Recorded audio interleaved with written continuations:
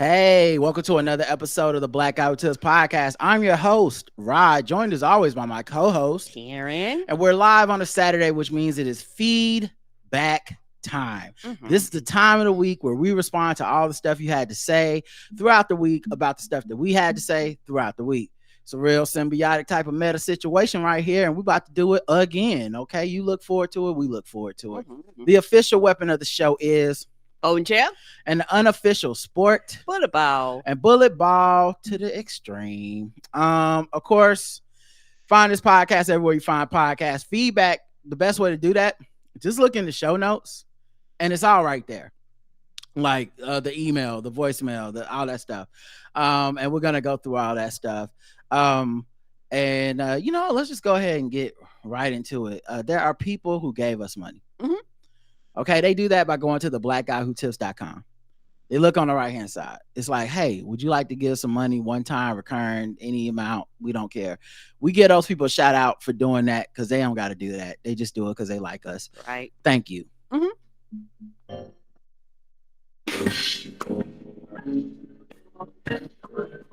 May I have your attention? You are now listening to Charlottesville with Rod and Karen. We welcome the good folks who time to the Black Guy Who Tips. That's right. New Monday, new hey. I don't know, guys. I'm running out. I can't do a new one every week. Celeste says, Celeste with the recurring donation. Mariano hit the recurring donation. Adam S. Thank you. Joe H. Thank you so much. Dorothea S. Jason F. Tyrone M. Waste Bees by Sewer. Michael Irvin, the Playmaker. Deborah O. Michael F. Allison H. Stefan H. Mary H. God damn, the H family is in the building. The H's is in the house. Okay. Corey B. Jonathan H. Okay, what Corey was doing over there sitting with the H's, I don't know. Get out their section. And lastly, Jeff M. That's everybody. Thank you for everyone who took the time out. Put a little change in our pockets. All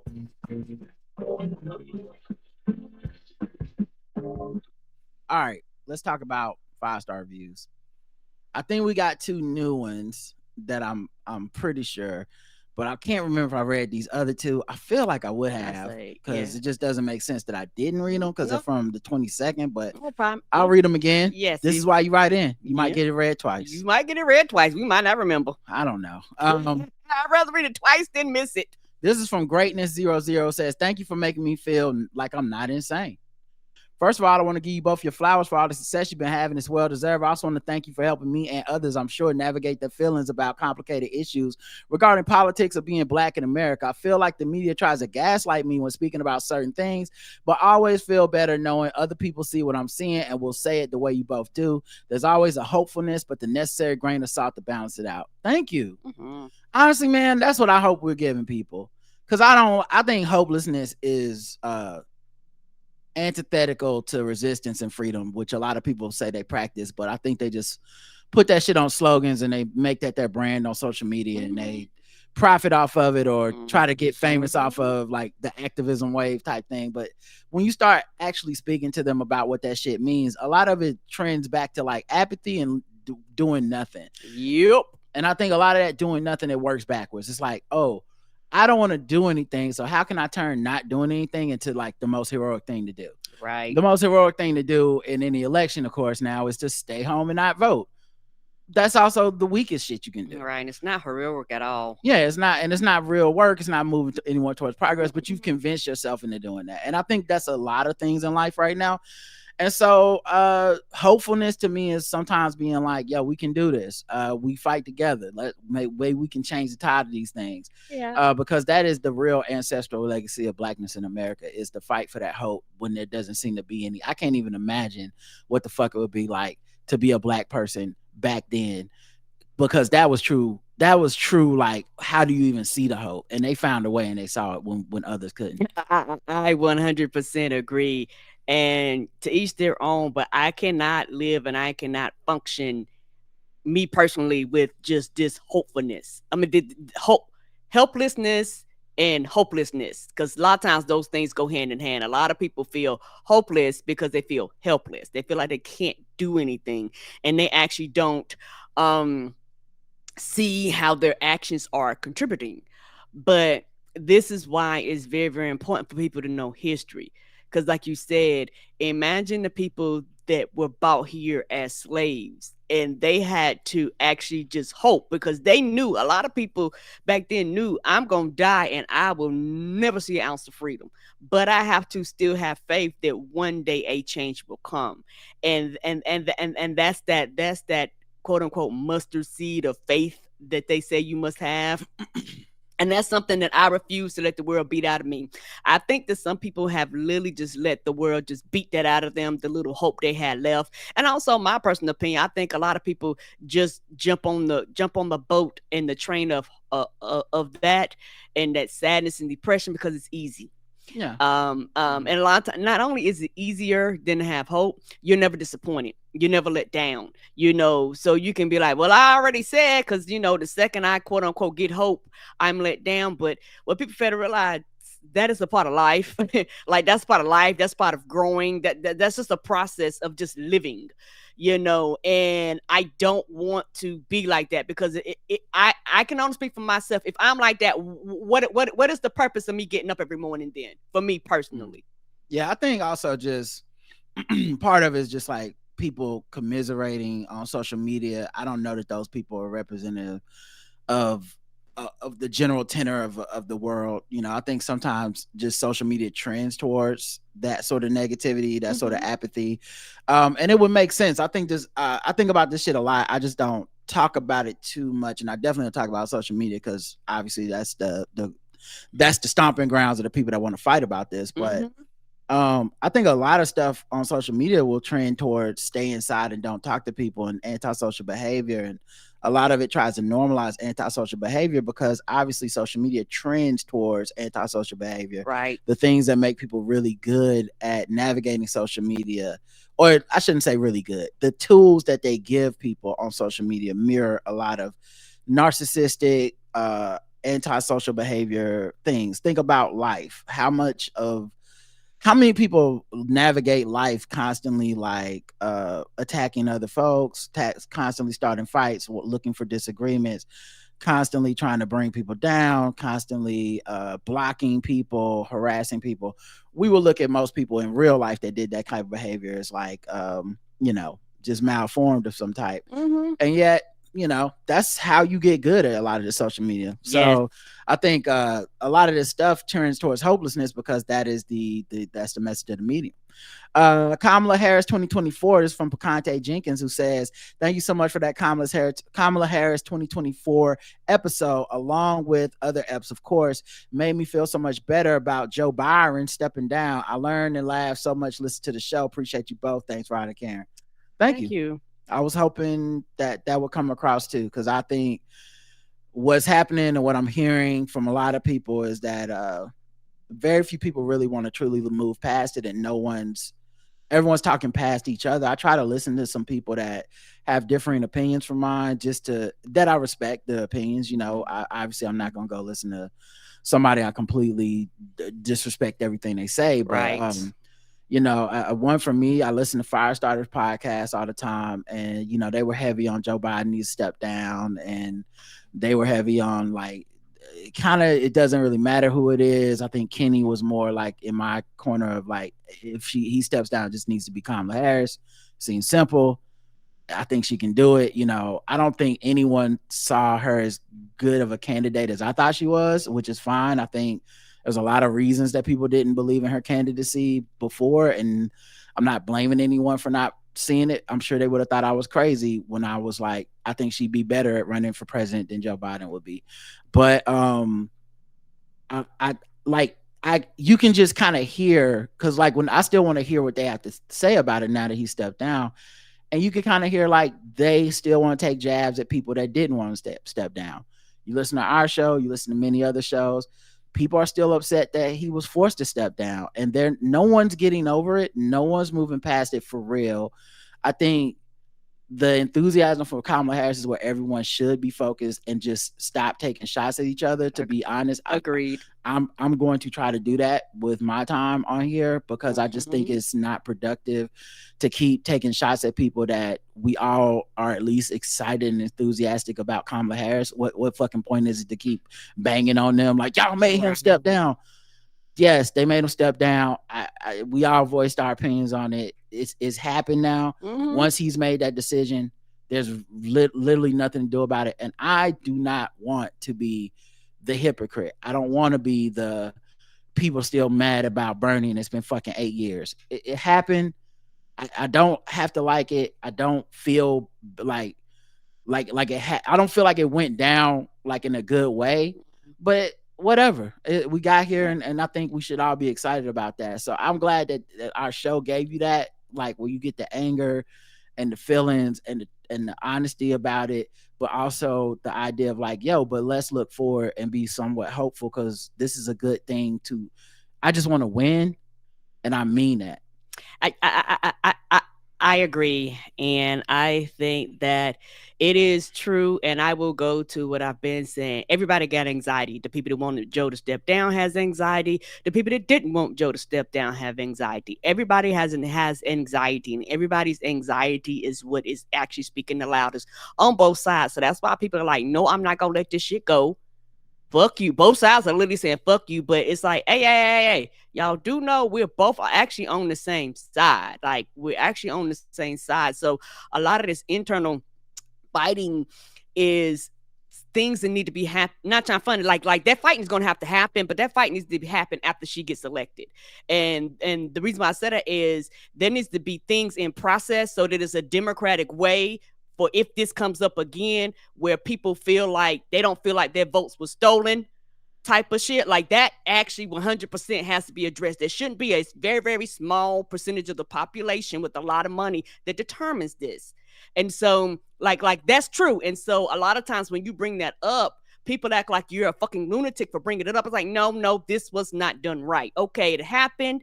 I'm moving on. Well, if I'm moving on, you need to move on too. Then, if we're on the same page. So this is back to my point. Nobody thinks they're wrong.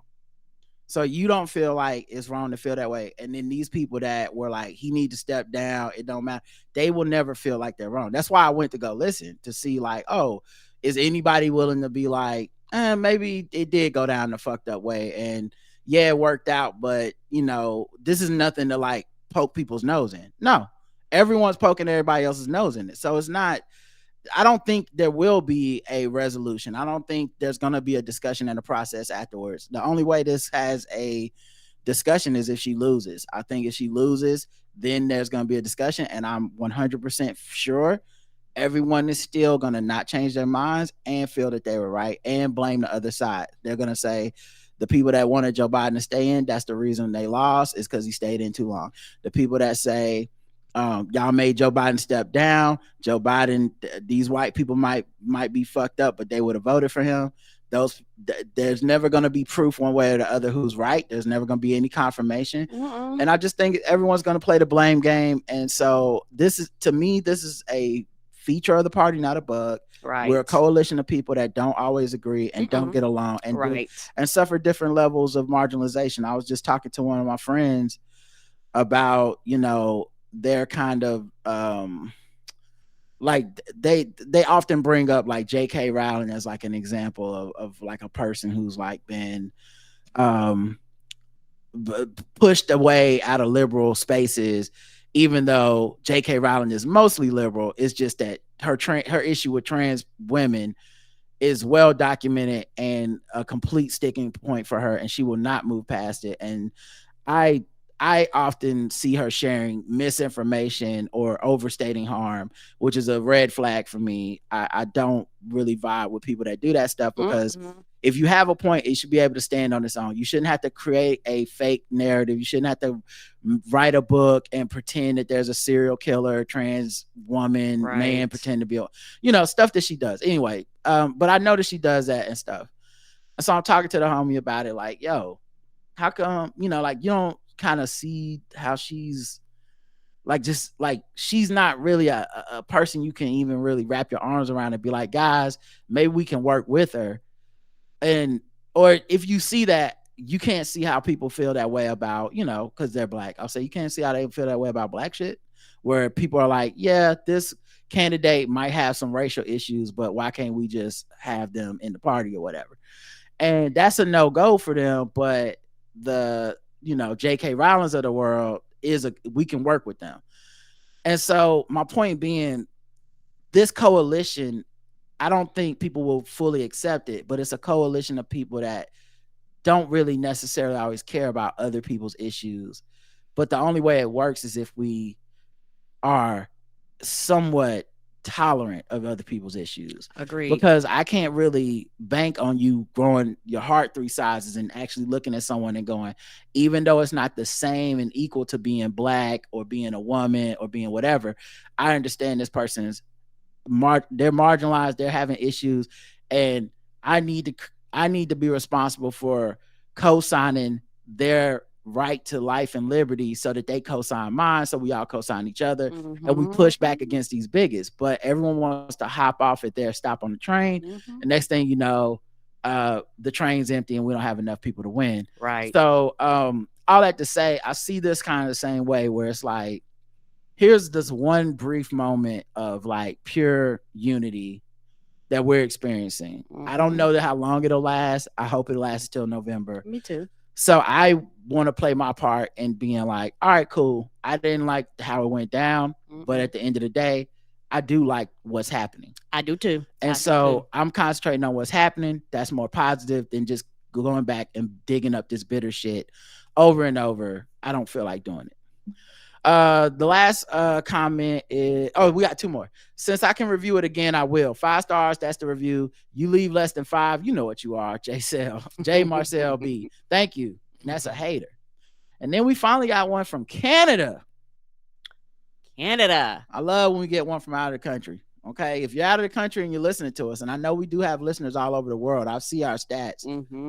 Leave us a 5-star review. We'd love to see it. I see we chart in some of these places. I'll be like, they listening to us in Trinidad and Tobago. They listening to us in Ghana. They listen, what's going on? Sweden. Like, who are you? Leave us that 5-star review. I want to know who you are. It's gonna get set up that Apple account. Always worth the listen. And then it says semicolon or whatever that colon thing is, copycat alert. So it's 2 different things they want to say here. What I like most about this show is the game segments and the way they discuss recent events that should be discussed openly. Always funny, love, ride, and Karen. Side note, did you know the Breakfast Club has started a guess what race it is as part of Donkey of the Day? Never watched a full episode, but YouTube suggested a video to me, and I was disgusted to see the cover and clip title. Cam and Jay. Did not know they did that. I don't listen to Breakfast Club. I know that Charlemagne is aware of our show. I know his people have reached out for him to be a guest a few times over the years. I've just never wanted to have him on our show, but I don't know. People can do whatever they want. At the end of the day, I feel very confident in that whatever they're doing is not what we're doing. Yeah, it's completely different. No matter, you can try to steal the idea, it's not gonna catch on the way we do it. There's a whole like fun vibe to it. We're smart, we're funny, we're punny, and they don't. And it's a different format. Different format. Radio doesn't have the time to do all the shit we do. It's just a real fast thing. They probably got callers or somebody. Segments and shit completely different. No, I'm not even curious to check it out. Like if they want to do that, they can do it. Right, they got the freedom to do that. Yeah, I made a point a long time ago, and I actually look back on it and sometimes feel embarrassed. But I did a whole episode of our show called "Who Stole the Show." I forget what number episode it was. Anyway, I did this show, and it was because I listened to this other podcast and it sounded so similar to ours. And the reason this was a big deal at the time is because there were not very many podcasts, and there definitely were not very many Black podcasts. So when somebody shows up with a podcast hosted on the same platform that we're hosted on, and it's named after a episode we did that was like titled this name, and then this podcast, that is their name. And I remember feeling so mad. Like they don't even acknowledge us. It's like a lot of it. The format's the same. They got background music. They're kind of having this like cookout moment where it's just you sitting around talking with the homies. That's exactly what the fuck our show was back when that wasn't a thing. Back when people's podcast was very like regimented and segmented, or it was like a comedy. Like Waka Waka, we got some hijinks. Our shit was just like I would put tracks, music in the background, and just we'd be talking and seeing. It would seem like we were just talking and fucking around. Anyway, so I got so mad about this show. I didn't say their name at the time on the show, which I'm glad I didn't. Right. That's the only thing I'm really glad about. And I do this whole rant like, why can you acknowledge us? You're stealing our style. You're stealing our show. And in hindsight, I'm like, why did I even give a fuck? Right. No one can do what we do. It's me and Karen that are the glue and the blueprint. Right. I'm not gonna have the same opinions. You can take the whole fucking format of the show. Your opinions aren't gonna be the same. You're not gonna be as researched. You're not gonna be as smart. You're not gonna be as nuanced. It's not gonna come off the same, because the thing about it is the chemistry and what me and you have is very unique. And so people can imitate it, but it will be artificial, and people will actually go look to see what the source of it, what it's made out of. That's like you getting some Cheerios. You be like, you know what? Let me go ahead and buy me some Fruit Loops, because I actually really want Fruit Loops. And I don't even know that they're gonna go find us. I just know that when you hear somebody else do something that you're doing, it just don't go the same. It was episode 82, Who Stole the Show. This is from 2010. It was an hour and 38 minutes. So yeah, that's 14 years ago, baby. yeah. I mean, and I remember the name of the show. I believe the podcast at the time. It's not the same name anymore if they're still doing it. They changed the name. But I think it was called Ignorance, which is like a joke that I came up with on episode 51 of our podcast. And that was the title of the episode. And so their show was something to that effect. I forget the name of it, but I felt so embarrassed that I got upset about that. And then I remember at one point we had that. I think they changed the name of their show to something else, but we had them on the show. We did. And because I reached out to, I really did feel like an asshole about that. I don't even know if they ever heard that episode or if they did, because imagine they might have been fans that were inspired by us. If they heard that, they're probably like, damn, like I thought they were cool, and I thought this was like a cool way to do a podcast, and they kind of showed us how to do it by just like watching them and imitating them. Right. And if that was the case, I'm not saying that was the case. I think I can't remember if they said they had like never heard of the show or whatever. I don't even remember. But if that was the case, I'm a fucking asshole. It's like if I'm a rapper and somebody starts rapping and they're new to rap and they rap kind of like me, and I just make a diss track to them, like not like that's one way to handle it. But I'm gonna be honest, it's a little bit like actually cool. I'm your gateway in, and you'll find your own voice, and your shit will be different eventually. And that's what I didn't really understand at the time. So all that to say, the Breakfast Club is bigger than us. Right. They could be, if they feel like they need some inspiration from us, that's on them. So be it. Right. But they'll never be us, and I'm okay with that. We're in our lane, they're in theirs. Right. We're as big as we're probably ever going to get as a podcast, unless some crazy shit happens. And they're as big as they're probably going to get unless some crazy shit happens. And it just is what it is. All right, let's get into some of these episodes. But first, a beat.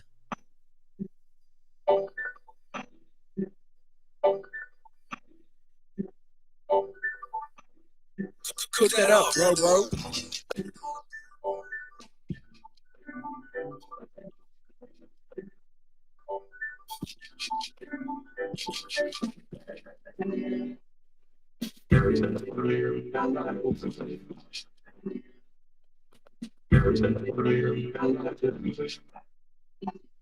All right. Oh, and but before you move on, one thing, we've been podcasting so long, and I'm very grateful and I'm very thankful that we started at the time we did, because we were allowed to do things and make errors and mistakes on the mic and all this shit without it fucking being with social media just being a fucking shit show.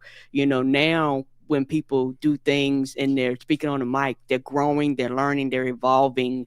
And when people just do the slightest little thing, everybody just comes and want to jump and cancel them and all that bullshit. Like, well, we had the actual luxury to do that.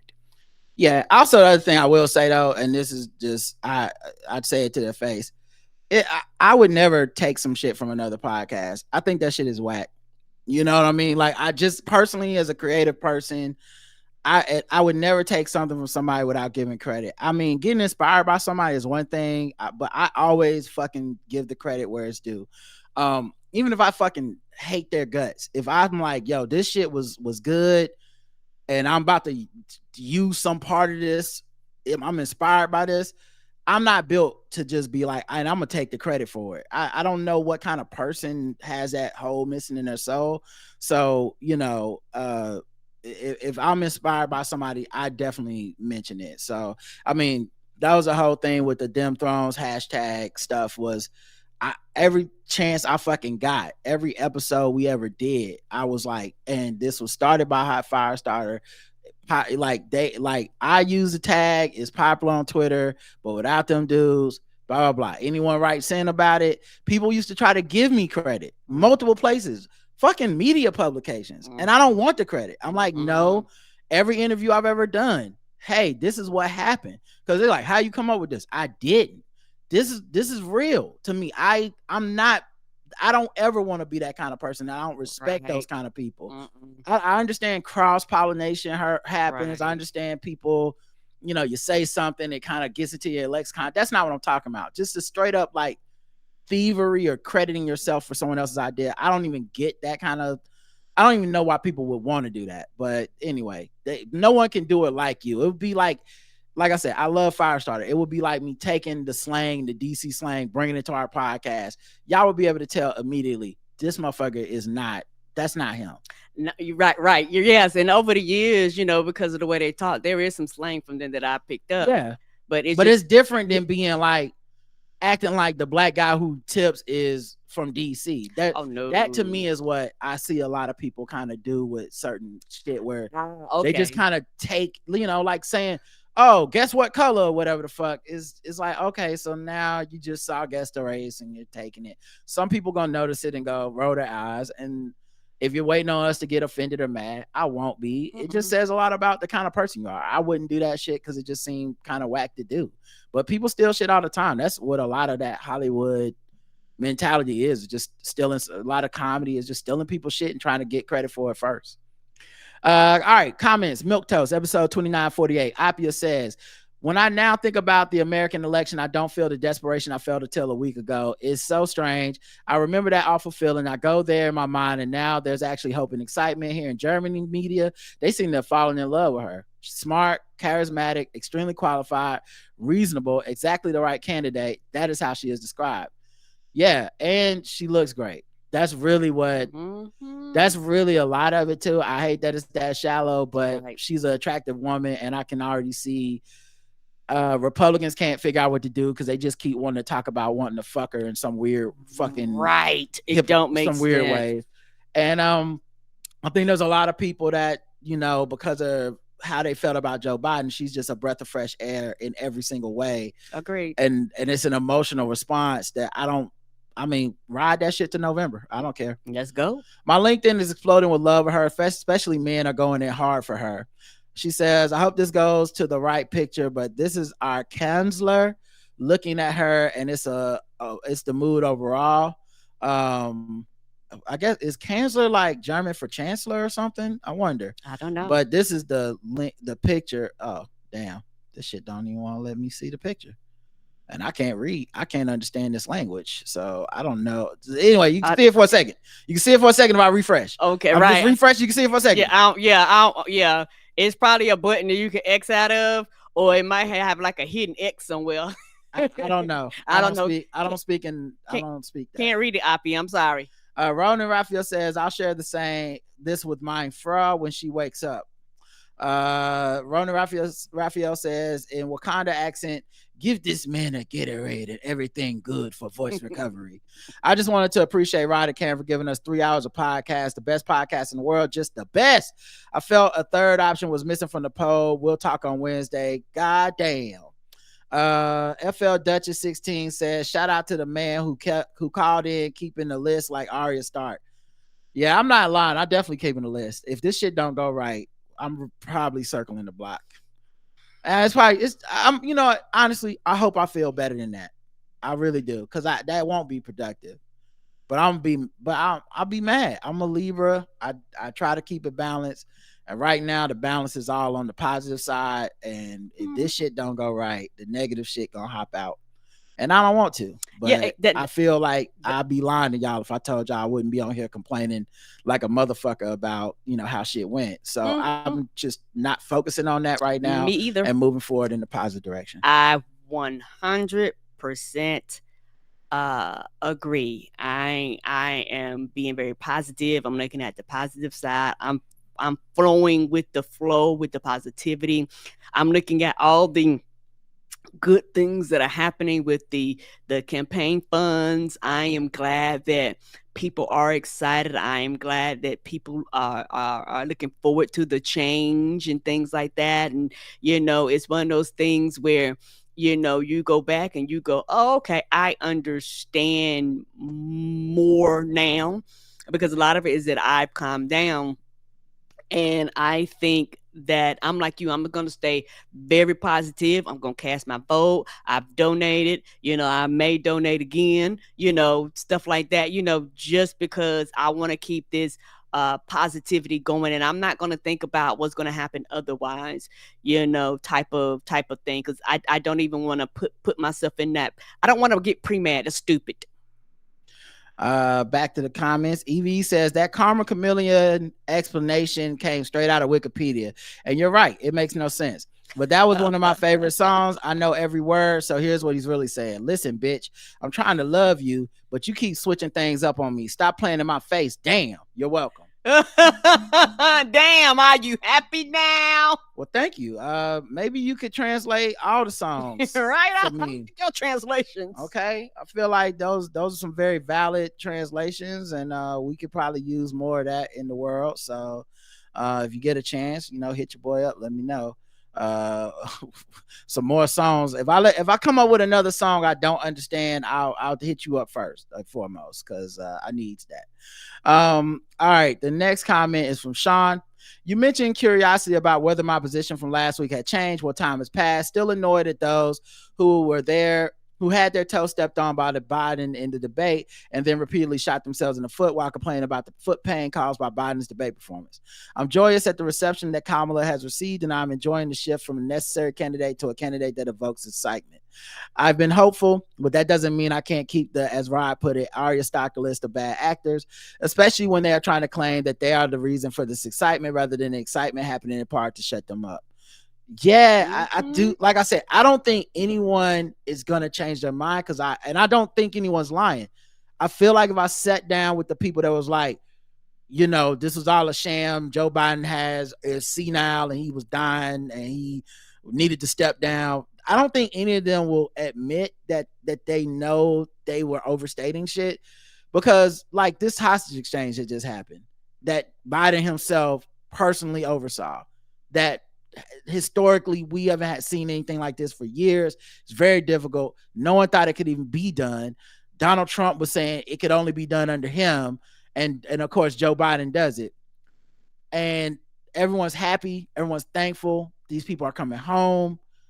And at the same time, everyone has to admit it's a master stroke of diplomacy and coordination that only someone that is a statesman like Joe Biden could have pulled off.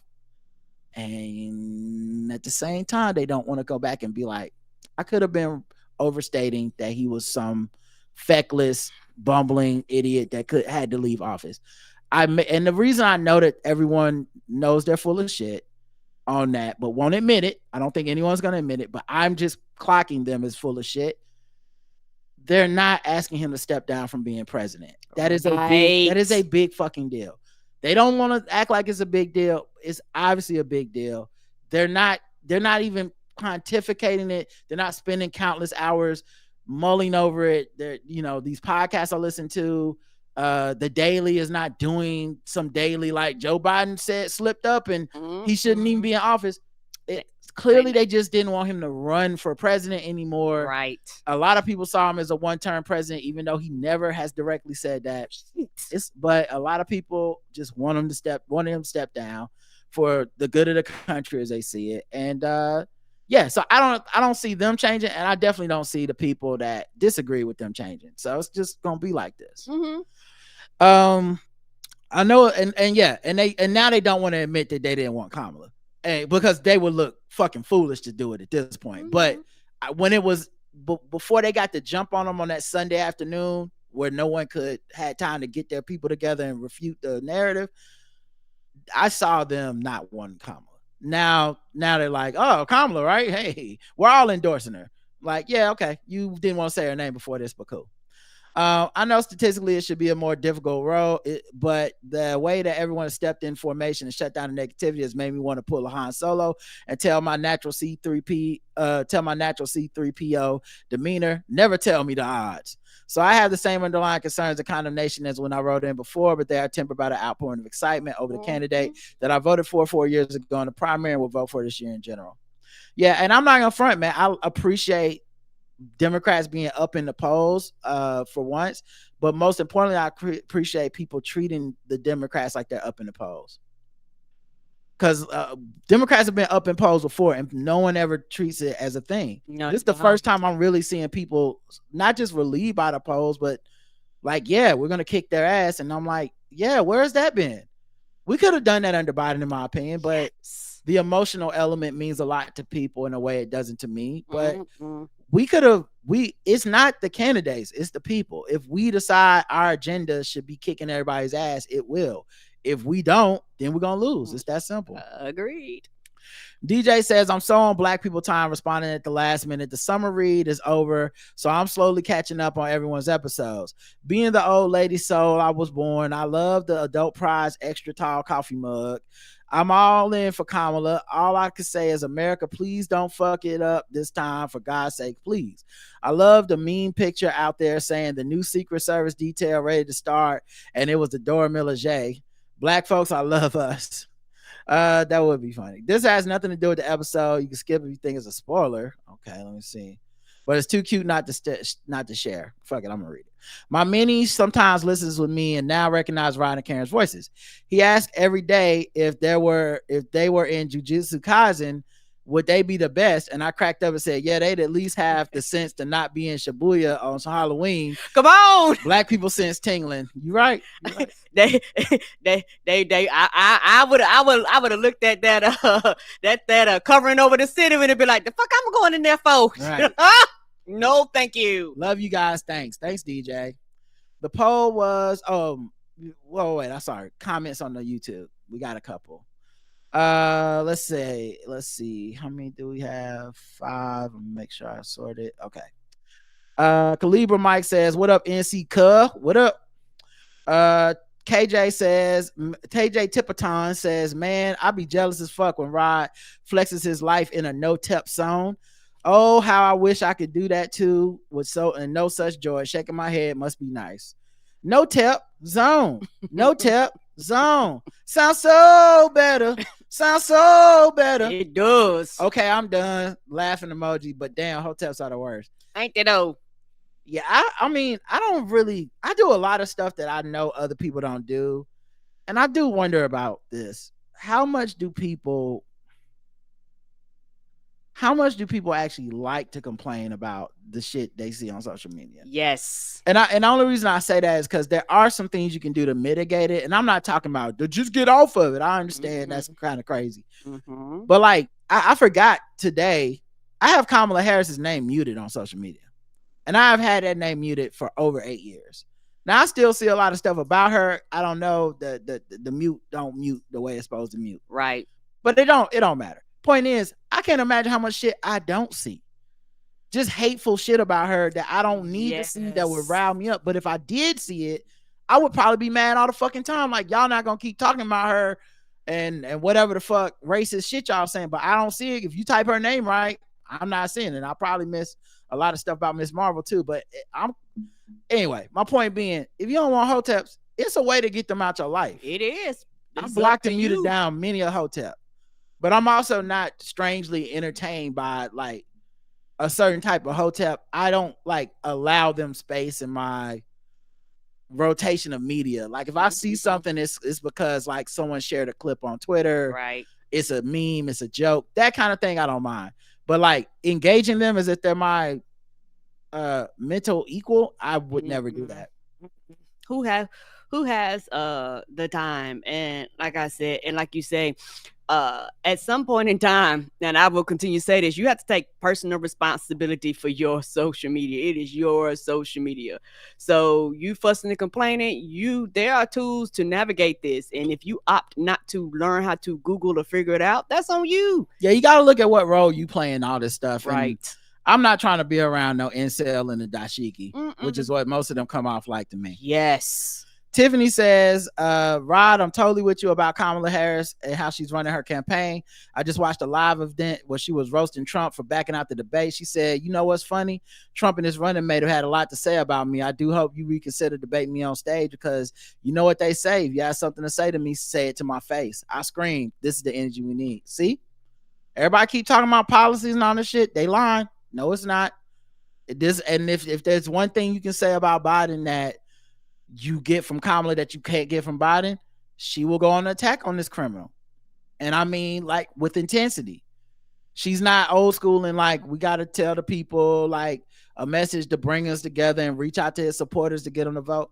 Just keep attacking him. That is the place. You're believable. And it's actually the energy of the moment. Right. I don't want to hear any of that shit. It's nice. Ask her questions. Have a platform. Goddamn, you're right. When you give a speech, don't just make the whole speech about Trump. Totally understand all those things. But keeping the thumb on the pulse of the culture is keeping the foot on his neck. Yes. That's what the people really want to see. Agreed. Alexandria says, the tides have changed because my own grandma apologized to me about Kamala and how I've been her biggest advocate in our GroupMe streets. I sent her snippets of y'all podcast about her record and how the Russian propagandists ruined her 2020 campaign. But baby, 2024 said not today. We are all rallying behind her to saving our democracy. Everything's on the line. Everything. Yep.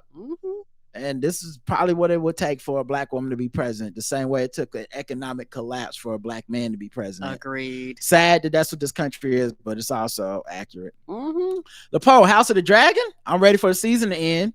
Or I'm sad the season about to end. I'm sad. I think we need about 2 more episodes. 15% are ready for it to end. 85% are sad that it's about to end. Yeah, that sounds about right. I do think there's some people that aren't digging the show, or maybe they don't like that our show becomes like a recap once a week on that show and they don't even watch it. Who knows? You know, I saw a couple people that were saying like the show is boring or they don't like it or it's not good. No, I mean, they're probably in the minority of people, but that's what happens when you have a very popular show. Some people don't fuck with it. Right. It's people that don't like our podcast. I found that to be, you know, very odd, but they exist. Yeah, they do. And they have a right to their goddamn opinions. They sure do.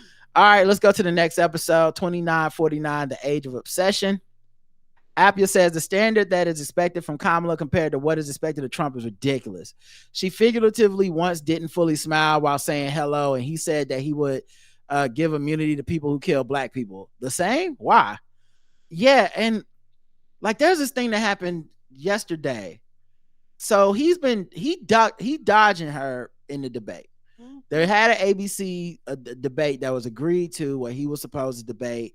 At the time, you would have presumed Joe Biden, but essentially debates are about whoever the candidate is that gets the percentage of the vote that would be able to applicable. That you get a certain percentage to qualify for the debate. Right. In this case, it's now Kamala Harris.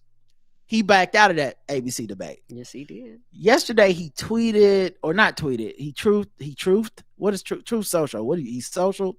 I don't know what you call that. He lied. I call Truth Social. I think they call them lies over there.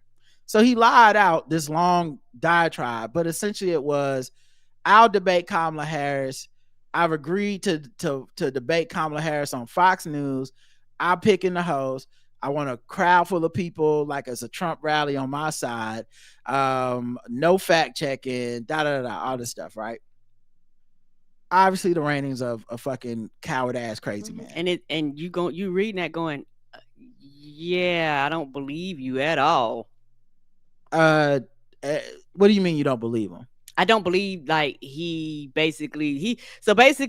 out of that one. Then he says I've agreed, and he giving all these things. And you going, okay, well then is she saying she agreed to this, or you just fucking putting shit out in the ether? Right. And I think all of us assume he just making some shit up. Yes. She hasn't agreed to this. There is no agreement. Why would I ever believe anything that comes out of his mouth? Agreed.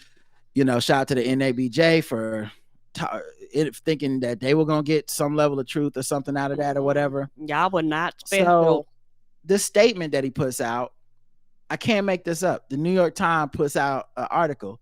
Trump agrees to a Fox News debate with Kamala Harris on September 4th. According to Mr. Trump's post on social media, the debate will take place in Pennsylvania, a crucial battleground state. And see, this makes me mad. Bitch, do your job. Do your goddamn job. Did you contact her? Did you verify with her? Did both sides agree to this shit? You taking this fucking post and acting like it's goddamn news? Do your job. Why is that why are you offering him that amount of credibility, knowing that if Joe Biden would have said some shit like that, y'all would have called him fucking senile? Did he forget what a debate is? Y'all would act like he was crazy. This is even worse because this is obviously malfeasance. Kamala's headquarters, of course, put out a statement because they be on top of shit on social. Statement on Donald Trump backing out of the debate. Donald Trump is running scared and trying to back out of the debate he already agreed to and running straight to Fox News to bail him out. He needs to stop playing games and show up to the debate he already committed to on September 10th.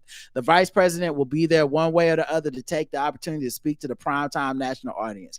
We're happy to discuss further debates after the one both campaigns have already agreed to. Mr. Anytime, Anywhere, Any Place should have no problem with that unless he's too scared to show up on the 10th. Harris for president. Get them. Like, not trying funny. That's the energy you need. And not trying funny, that's letting you know that if you don't show, it is literally going to be a big ass campaign promotion for her because she's going to be there, even if she's the only candidate. So I'm coming no matter what. So if you don't come, it's going to be a big campaign announcement for me. Hey, dog, y'all see he ain't here. And you know I'm going to talk shit about you the entire time about your bitch ass not showing up. This is the energy I'm talking about. Let's go. You're not gonna get that from Joe Biden. I do agree. Not you, because the younger, the youth, but not just that. She is a prosecutor. This is the thing. It's unfortunate. I understand people earnestly thought that all these things about no police and shit was possible. I never thought. I always thought the movement was gonna fail because the answers were so unrealistic and unspecified. Right. That it was trying to go off of vibes, and just people don't work off of vibes. You're going to need some hard and fast rules. You're going to need something to replace. And a discussion can't replace while shit is actually happening. It's not going to replace anything. Right. Anyway, that's not my point. My point is people got to this point where they made it seem like, what the fuck do you need a prosecutor for? What would you ever need a police officer for? What do they ever do? And it's like, well, now you're so far out of pocket. You're not in touch with the culture of America. You're trying to like gaslight Americans into thinking like, yeah, right. When someone robs me, I'm cool with it. We just talk to them. That's not what happens. When someone's murdered, there does need to be a thing that happens. When someone's sexual assaulted, that doesn't, and just dismissing it or just saying some like catchphrase will never answer that person earnestly. And when it's time for them to go vote on these issues, they're not going to vote on your side because they're not going to feel like you satisfactorily answered their question. Right. And they're going to feel like you're not taking their concerns seriously. Right. Like this shit don't fucking matter. And now where we've had what amounts to a criminal take the highest office in the land and use it for criminality, and then put a bunch of criminal ass Supreme Court justices in place above the law, who then ruled that he's above the law. I would like some fucking laws. Right. So now it's time for the prosecutor. It didn't have to be this way, but this the moment. The moment is prosecutorial. And so she coming through with that energy of like calling him out on all his bullshit and being like, nah, fuck that. I'm gonna hold him accountable for real. And I like that. This is the country's chance to hold this man to account, and I appreciate her for that. But yeah, meanwhile, news articles, news publications were literally acting like he was spitting facts and printed it as such. Mm-hmm. That's crazy. They're lazy. They're not doing the job. That's crazy. It's not just it's either incompetence or complicity. I'm leaning towards complicity, not lazy, not they didn't do their jobs, not they fucked up. I'm leaning towards complicity because I felt this way when they did the shit where every headline about Biden was he got to step down. Five editorials. You can't tell me that's not purposeful. You can't tell me that when it's time for them to do shit like call Trump out on his criminality or his racism, and they're not saying he needs to step down, you can't tell me that's not a choice in some editorial room. Like, well, we're not going to go that far with him. Right. So, yeah, it means something to me. Harry Godzilla says, hey, y'all, I was going to comment on the feedback show, but then I saw Sway Lee spoke out against Kamala in the show notes, and then I Googled that. It showed me Lil Pump did the same. I might be opening my third eye a little bit, but on TikTok, I just heard an update to a story I'm pretty sure you had spoke about a while ago, which explained the reluctance to vote Biden or Harris. The IRS has collected over $1 billion so far from high wealth earners. I remember you had mentioned that Biden administration had empowered the IRS to go after higher income earners. With so much opposition coming from the donor class, media corporations, and young entertainers, could this be the reason? Maybe they thought they could protect themselves from an upcoming audit. I don't know. I don't think it's too far a stretch. Here's a link. Yeah, maybe that's it for some of them. I don't think that's it at all. I think there's another article we read. I don't know if you remember this one, Harry Godzilla, but it was the guy from Firefest, Billy, the white dude, was connecting Trump's campaign with hip hop, black, urban influencers to give them money to support Trump. And every single time one of these rappers who are normally not rich, like this whole high income $1 billion, these high wealth earners, they're not rappers. Many of them like to put on the clothes of rich. They got the car, they got that all that shit rented. None of it's in their name. They don't own it. Shit, the label bought for them. And when they stop selling, when they not putting out shows, they done being rich. Like they just look rich. Anyway, all that to say, I don't think they're worried about the IRS. I think they're worried about, oh, I can get some money from Trump. And I think that's all that happens. I don't even think it's that much complicated. Agreed. Erica says, definitely would tell some pizza tacos. I was surprised you couldn't find a taco spot that serves them. Have you tried Velvet Tacos or Condados? I love tacos and frequent those spots. I love tacos. I frequent them as well. They not on the menu. I looked.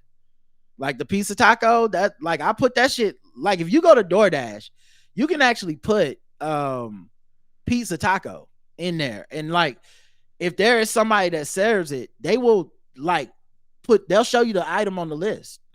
Like, so if, you know, if, I don't know, if duck lo mein, if so, whatever, type it in DoorDash. If somebody in your city served duck lo mein, that sounds absolutely delicious.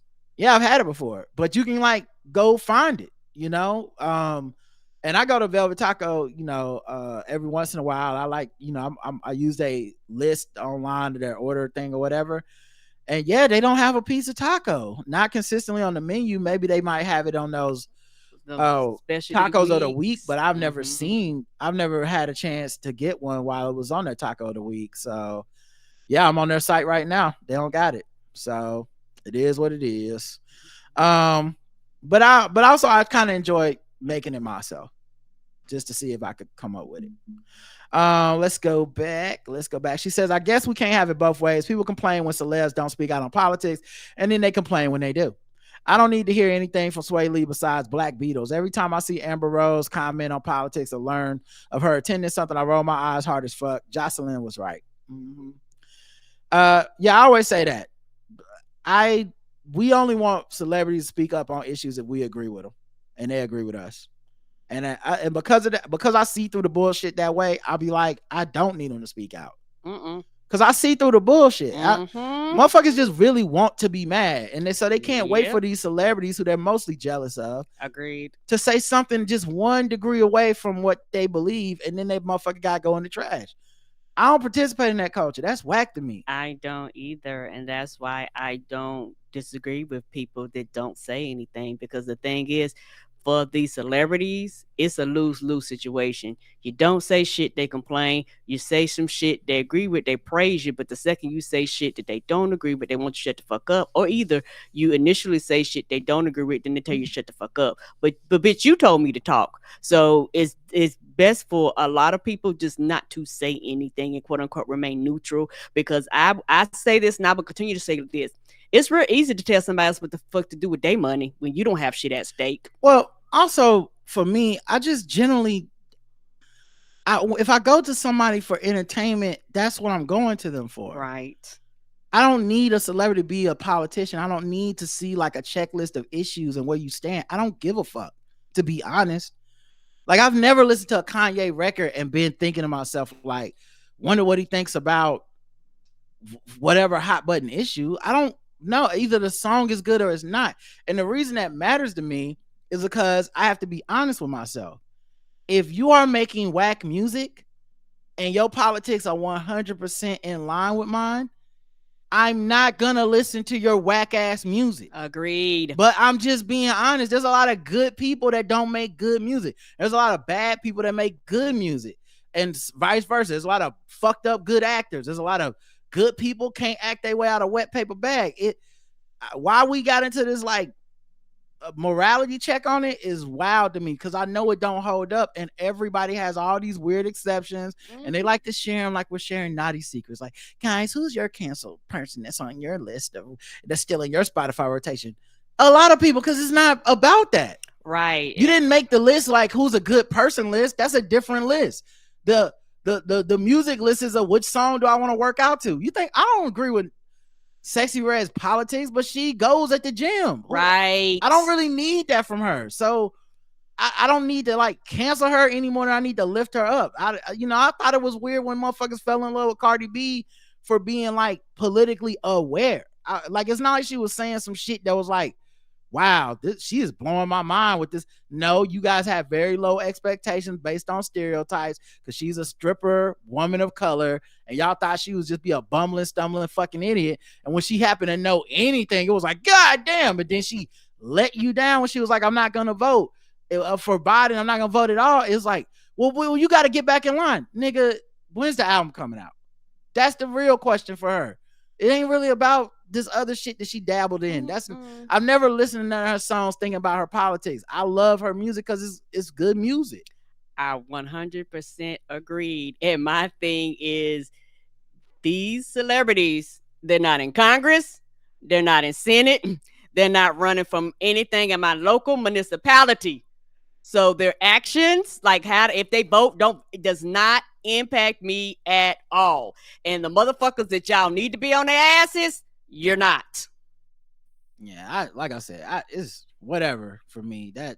So anyway, I get that some of y'all consume shit. I don't know if that's a social media thing, after Tumblr thing. I don't know where that necessarily came from, because I just remember growing up, that was not really the way it.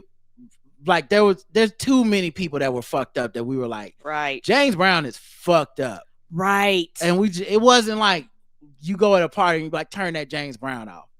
It was like, he's fucked up, and yes, he made some amazing bops. Right. Wouldn't date him. Come on, you know, terrible people can do great things. So I like to live in reality, but that's just me. Julian says, I hear your pizza tacos and raise you Jimmy Popeyes.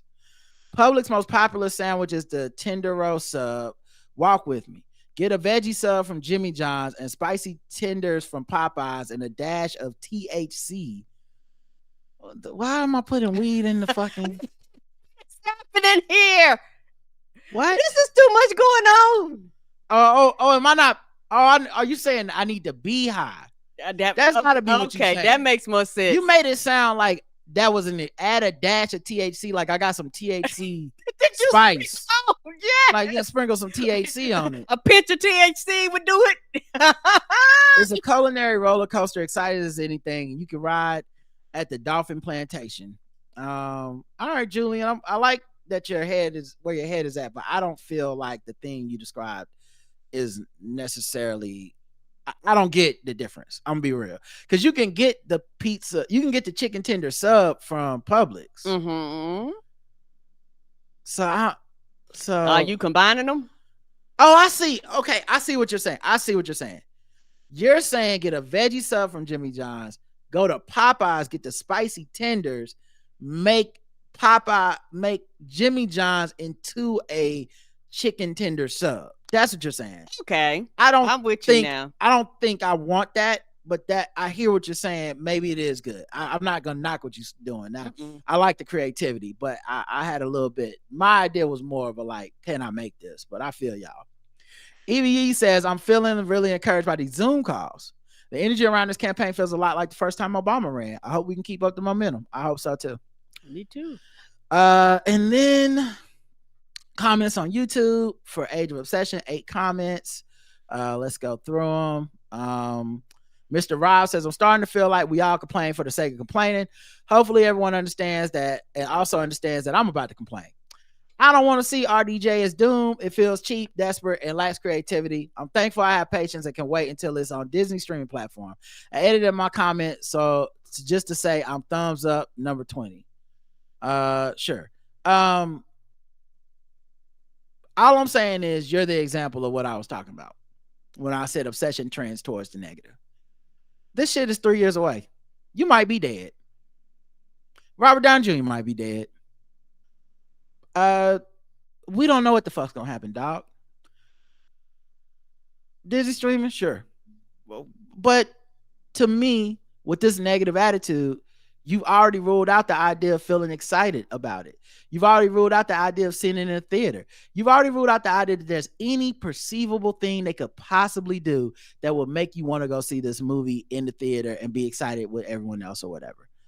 I don't find value in that type of quote unquote fanhood. That is fanaticism and fan that I'm not with. That's the obsession trending towards negative that I'm not with. It's a harsh vibe. I don't like even hanging out with people that do that kind of shit.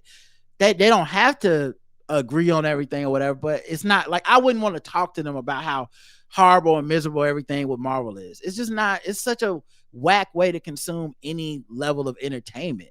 If I truly felt that way, I just wouldn't see it at all. I not on Disney agree. streaming. I cancel my Disney streaming. Yes. If I really did get like this, there's nothing they can do to make this work, then I just wouldn't. I'd be out. There's got to be tons of other media. I'm behind on so many shows that I could just start watching. I watched Slow Horses this weekend because I ain't never seen it before. I heard good things about it.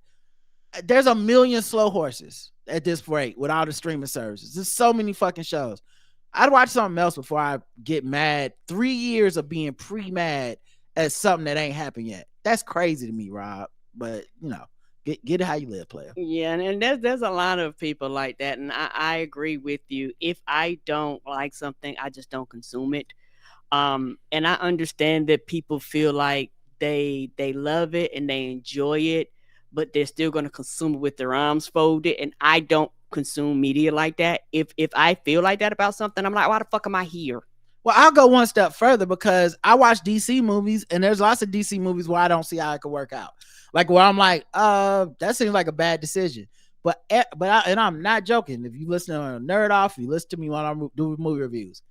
At the same time, I will never walk into a DC movie with my arms crossed. No, I would rather not watch it. Agreed. If I truly am like, this shit look like some shit, is no fucking way it could be good, I won't see it.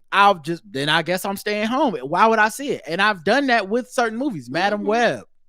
I was like, why would I see it? Morbius. I did that with Joker. Why would I see Morbius, it? Yeah. Why would I see it if I truly felt there's just no way to redeem this idea? Agreed. So I just think that's how I think about stuff. When I feel that way, that's how I feel. I don't even I don't spend any time being like, you know, man, 3 years from now, hopefully they can do whatever. But I get you, Mr. Rob. Get your complaint out. Right. Heavenly Blue says, I'm sorry, but I'm still buying my glasses online. Zenny, Zulu, Vooglam, Vogue Me, etc. I'm not getting scammed by Luxottica anymore. What the fuck is any of these? All of them sound like scams. How do you know which one's the scam? I do not know. I don't know. And to each his own. But like I said, for me, I prefer the brick and mortar. P.S. I'm about to get my optician license. I don't give a damn. I'll be servicing people who don't want to go online.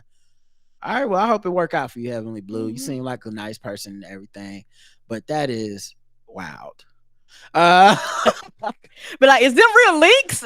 Yeah. Am I gonna get a virus if I go to any of them links you just announced? I mean, I just think it justifies itself in that it tells you how little people seem to invest in their eye insurance, and how many companies just can't afford to make cheap eyeglasses the way that they do with these online things. I think it's just a money issue at this point. It is. But then people keep framing it as a moral issue or something. It's like, nah, it's a money issue. And right.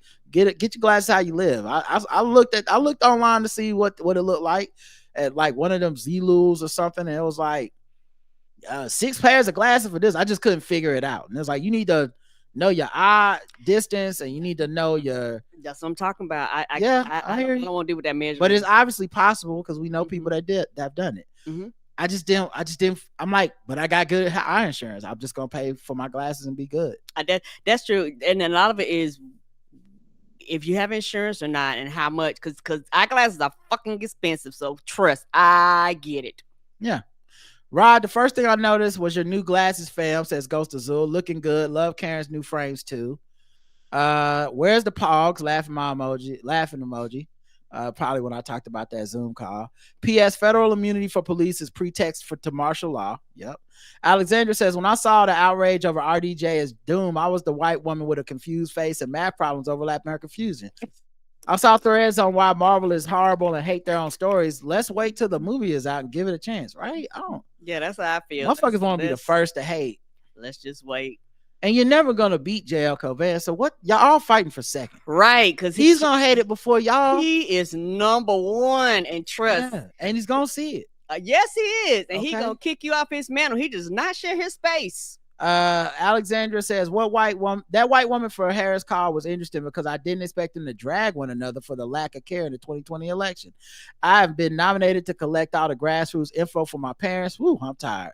I feel like I'm running a mini grassroots campaign for my family. Every morning I need to give my grands a social media debrief. We trade articles and links back and forth. I don't think my family has ever been this active. Someone like Amanda, who goes to therapy to learn terminology to always be right. Oh, someone like Amanda Seals. Yeah. A lot of people do that. They go to therapy, learn the language, and then use the language. But in reality, there's more steps than actually knowing the language and the right words to frame it so that you don't get roasted and fried for your fuckery shit that you're doing, and using the therapy and the therapy terms as an excuse for you not to do what the fuck the therapist probably told you to do. Yep. Candy004 says you could try leg extensions with resistance bands instead of dumbbells. It may be easier on the choice for you. Well, Candy, the real issue for the leg extensions was not my lack of opportunity or ways to do them. It was that the fucking gym had a fire alarm. Everybody had to get the fuck out. So it wasn't like, oh, well, let me grab y'all bands real quick. How am I ever do leg extensions? So Roger was in there. This boy is on fire. Wait, Rod, we got to go, Rod. You're setting the building on fire. Too much heat. So anyway, it's just a joke, guys. I did the leg extensions at the gym. Here. Would you eat pizza tacos? 76% yes, 24% no. Yes, I love taco everything. I mean, not taco, but pizza everything. So taco, pizza, pizza, taco, and pizza in anywhere around it, I'll try that bitch. Which is interesting because she does not order the Mexican pizza when we go to Taco Bell. I'd be ordering it. So it's very interesting. That's a different type of pizza. Now it's a different type of pizza anything. A second ago, do you even listen to yourself? You said pizza anything. I didn't say that. Listen, I know I'm a hypocrite, but there's a difference between Taco Bell, Mexican pizza, and pizza. Pizza anything now. Everything else, yes, dessert pizza, all the other pizzas I'm here for. And I'll eat it. I don't turn my nose up at it now. I just said too good for it. You the one got defensive. All I said was that I'm the one who always orders the Mexican pizza and you don't. That's it. That's all I said, guys. Good Lord. This is what I got to deal with. All right, y'all. You know who you married. Sorry to be honest. Let's go to the next episode.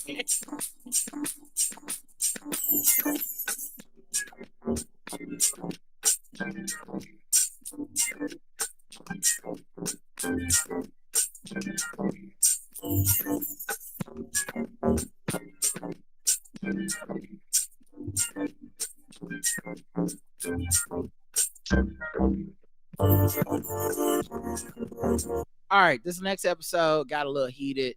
Here's the title, and it's a little embarrassing. I would apologize for the title, but I still do feel this way. 2950 Poppycock.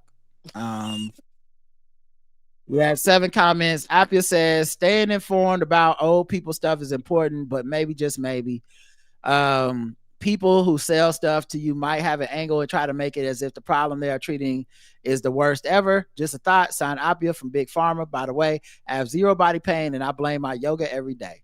Blame or credit? Yeah, I mean, that's part of the joke. Capitalism. NABJ, she says, Donald Trump misses the attention. That's why he says yes to stuff he said no to before, and now he enjoys people fighting over him. Possibly. I think he definitely thought he was driving a wedge in the black community, and I think they've done a lot to try to make sure there is a wedge in the black community. But I just don't think it went in any way that he anticipated, mostly because he doesn't really understand our community. Nope. So there was no Trump supporters there. There was no one rooting for him other than Harris Faulkner, who was on stage because he demanded she be on stage, which I don't want to say something very mean about the NABJ, but just I still think they did the wrong thing. And I feel very strongly about it. I've talked to people who disagree. I've talked to people who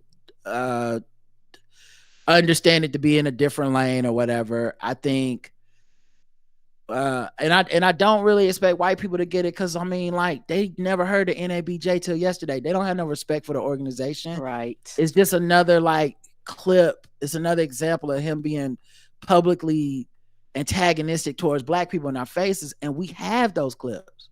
Mm-hmm. If racism is a deal breaker for you, that interview that's not the first time.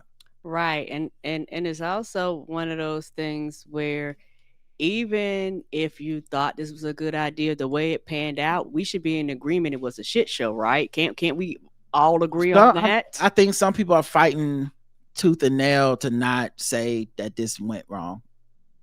And I just don't get it. I don't get it. I will never get it. I feel very strongly about it, but it's already happened.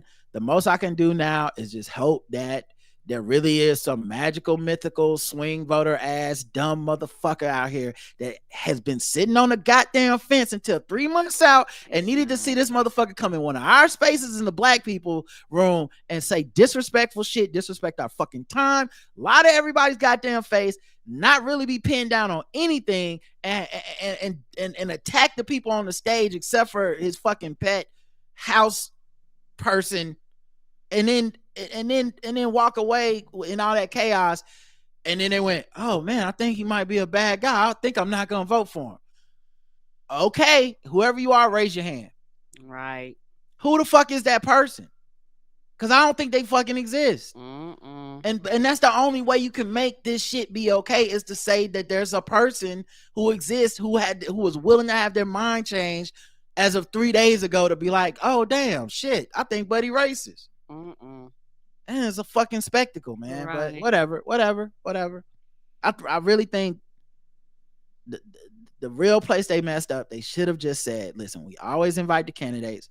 We've never had fucking a Republican accept like this since George Bush. He accepted. We can't turn it down because we have our principles as an organization. And at the same time, they should not have tried to strong arm Kamala Harris. They should have just said she can do a remote on Friday or whatever. She'll be here. We'll ask her the same questions we asked Trump and some other stuff, and just left it the fuck at that, and we'd be fine. But knowing the background machinations, we'll be fine. And how this nigga tried to like strong arm Kamala Harris, it's just a bad fucking look. And no, I will not defend it. No, I don't want to hear it defended, to be honest. It's happened. It's over. It was as embarrassing as the fuck I thought it would be. And good luck. I hope it changed 3 people's minds, but it doesn't. I don't need more ammunition on clips of Trump. And it does. And our news cycle don't last long enough for me to think it's going to stick. This shit will not be brought up in November. This is over. This shit was just, it will always be brought up for the NABJ and their leadership. Yes, it will be. Until they step down, but it'll never be brought up again for Donald Trump after like this week. That's my thoughts. Agreed. Shoe Booty says, I have garlic parmesan Popeyes wings recently, and I was mad at how good they were. Don't make me be craving that shit. I can't add a new craving to my repertoire. Sounds good. I don't know. I keep y'all making me curious about trying these wings. Because I've tried some of their wings and thought they was all right. Same. Actually, the plain wings that's just like spicy or regular, them was the ones that was hitting to me. The ones that were sauced up wasn't hitting that much to me. But maybe I was wrong. Right. Pamela May says, regarding the NABJ and Trump, I read AP News and I feel like they were reporting at least a day or two before on their site that he would be in attendance. And my thought was, who invited you? Don't nobody want your ass here, because there was no reference to the invitation extended in that article. Then the story broke later about the details of the invitation. I'm like, okay, but it went that way, the way everyone thought it would. Black journalists were checking his ass to answer actual questions and not ramble on some bullshit.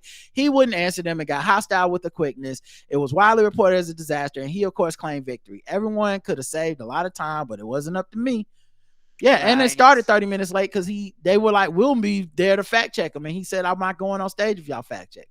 Right. So they had a standoff until the last second where they were like, he's not gonna come. They literally wrote the letter up to be like, he's not gonna come after all. And then he came on stage anyway. So it's just there's no respect for you. Right. How you don't know? Fucking left. How do you not know there's no respect for you? And what do you think? Why do you think you being disrespected in front of everybody was just nail in the coffin for him? Anyway. Abia says exactly. He uses platform to doubt Kamala's identity, and that's the only thing that was reported about. Right. Agreed, Abia. We ended up with a fucking news cycle of, is Kamala Harris black? Out of that disrespectful, racist bullshit. Why are we palling around with this asshole? Why are you helping him? Right. I don't get it. What did you think would happen? Do y'all need clicks that bad? Is membership that low? Right. Like, this is not normal. And how do I know he's not normal? Because you niggas been writing about him not being a normal candidate while admonishing white media spaces for fucking 7 years now. That's the whole purpose of the organization, right? I saw some of the same people on Twitter who wrote about how he is not a normal candidate, trying to defend this bullshit like, well, he is running for president. This is what we do. No. You gave 3 black women the fucking NABJ Journalist of the Year in a row. Michelle Sindor, Jamel Hill, and why am I drawing blank on third one? Roxanne Gay? No, I'm drawing blank on third one. But y'all know. But the point is, all 3 of them, they gave it to him because they were all fucking attacked. April Ryan. They gave him those awards as Journalist of the Year because all 3 of those women were attacked by this asshole. Mm-hmm. That's why they gave it. So you yourself have been telling us this dude ain't normal. Matter of fact, if he attacks somebody, we want to put our arms around them and lift them up. Right. So how dare you? Because I'm not saying those people don't do great work, but at that point, we're making a point. Right. We are firmly on this side of the line. Didn't you invite the motherfucking lion into the goddamn sheep's den? For what? For what? For who?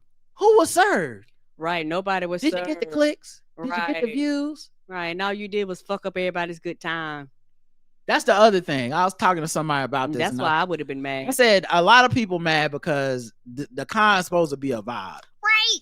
And I would be mad as fuck. I bought some tickets because like Wednesday is when everyone gets in town. They're not really starting events. That's why they did it on Wednesday, almost like to get him over with. But you fucked up the vibes, man. People just going there it's a conference. Right. It's like if Trump came to fucking Comic-Con, we'd be like, why the fuck did y'all fuck up y'all's own conference? It's not like you don't go to Comic-Con because they're gonna film a movie. You go to Comic-Con to hear about movies, right? Yes. You don't go to NABJ because they're gonna film a great interview with a president. You go there to talk to the people who do interviews and learn how to do interviews. Right, and mingle and go to the parties and all that shit. Yeah. It's a weird thing to do, man. And it didn't work out because that's what happens when you fuck with him. Shit don't work out. Sorry. I try not to get mad, but I'm mad about it. But she says he got the attention he needed and could spread some more hate. Great idea, everyone. Yep. EV said, just I thought he'd do, dump played in their face. It didn't move the needle one bit, and now they look foolish. But that doesn't call for you using such strong language, Rod. There are children listening. So by golly, you need to watch your mouth. That was pure hogwash, pardon my language. Elon Musk is up to no good, no damn good. I can barely go on Twitter anymore because my For You page is nothing but right-wing propaganda. That's all it is. He has tweaked the algorithm to the point where all I see is trolls. I've never followed accounts like that. This fool is trying to aid in stealing the election. Yep. She said, I couldn't agree more with you, EVE, says classic R&B lover. It pains me to see black people playing the role of playing this role to anyone, least of all Rump, playing the scorpion who asked the frog to cry across the river. I have no idea what the NABJ thought they would get from that. Did they think they would get a come up, notoriety, a big scoop? All I know is that they all got was the Fred G. Sanford You Big Dummy prize. They look all the worse for rebuffing Kamala Harris' attempt to work with them so that her voice could be heard. Yep, they look dumb. It just, I don't know how. Like I said, I saw people trying to defend that shit. I'm sorry, but no, I don't accept it. Y'all can accept those excuses or explanations. I just think there's a huge mistake. I don't. Yeah. Comments on YouTube. Tony Girl says, thanks for keeping it real. NABJ done lost their damn mind, period. Sounds like to me they knew and or hoped that key members would not be in attendance. Shaking my head. Yeah, put it on Wednesday is definitely before everyone gets in town. But now, even once I get in town, this is what the news is talking about. Right. Now we all just whispering, shaking our head, talking about how dumb this shit is. Right. Select One says, that old age stuff is real. My mom says, LOL, keeping it real about aging. Sad crying emoji. She says, NABJ took their members' choice away about the invite. Yeah, because if they would have circulated out some hey, do y'all want us to do this? It would have been thumbs down. Right. But like this. But then you would have took yourself off, like off the hook, if that makes sense. You would have been you basically came back. Hey, we voted, and because we wanted to be sure this is what they wanted, and they don't want you here, so no, don't come. And it's obvious that people within the org didn't agree with the decision because motherfuckers was resigning. Motherfuckers was going on Twitter being like, no. I was on the committee. This is not how it's supposed to go. So yeah, I guarantee you when they brought that up, some people was like, what the fuck you think is gonna happen? This is not a good look. And if y'all do this shit, I'm gonna fucking resign. KJ Tipaton says, when I thought the NABJ was a gala type event, I was like, the fuck? But if it's an interview, I'm gonna hold out hope that, to quote Shaq, it's about to be barbecue chicken time, LOL, because if done right, he's gonna crash and burn and being grilled by journalists who are black women, and maybe having Fox hack participate gives them cover on the back end. But I don't know, maybe Kamala Mentum has me feeling too hopeful and this ends in a disaster. Well, that was 2 days ago, so it did end in the disaster. He didn't I don't think he's responded since that 2 days. So he did have a comment after that says, now maybe it's be a poor country lawyer, but lifetime hallmark, Adam Sandler sleeping with the enemy, J-Lo in enough, ipso facto, habeas corpus, Tyler Perry, one man, one studio, all of the above. Close your eyes, imagine that he's white. All right, I'll rest my case. I agree. Angela says, for fucking with black people, Rod, you forgot to mention the words balderdash and hooey. Okay, good job. D God says, I don't know about watching the NABJ shit show. I think it went pretty well. Yeah, while he won't lose any MAGA support, a lot of Trump newcomers and undecided saw exactly what he really is. All I'm gonna say is this: show me the proof. That's a small percentage of people. No, show me the proof. Fuck small percentage. Show me as any percentage. Show me the proof.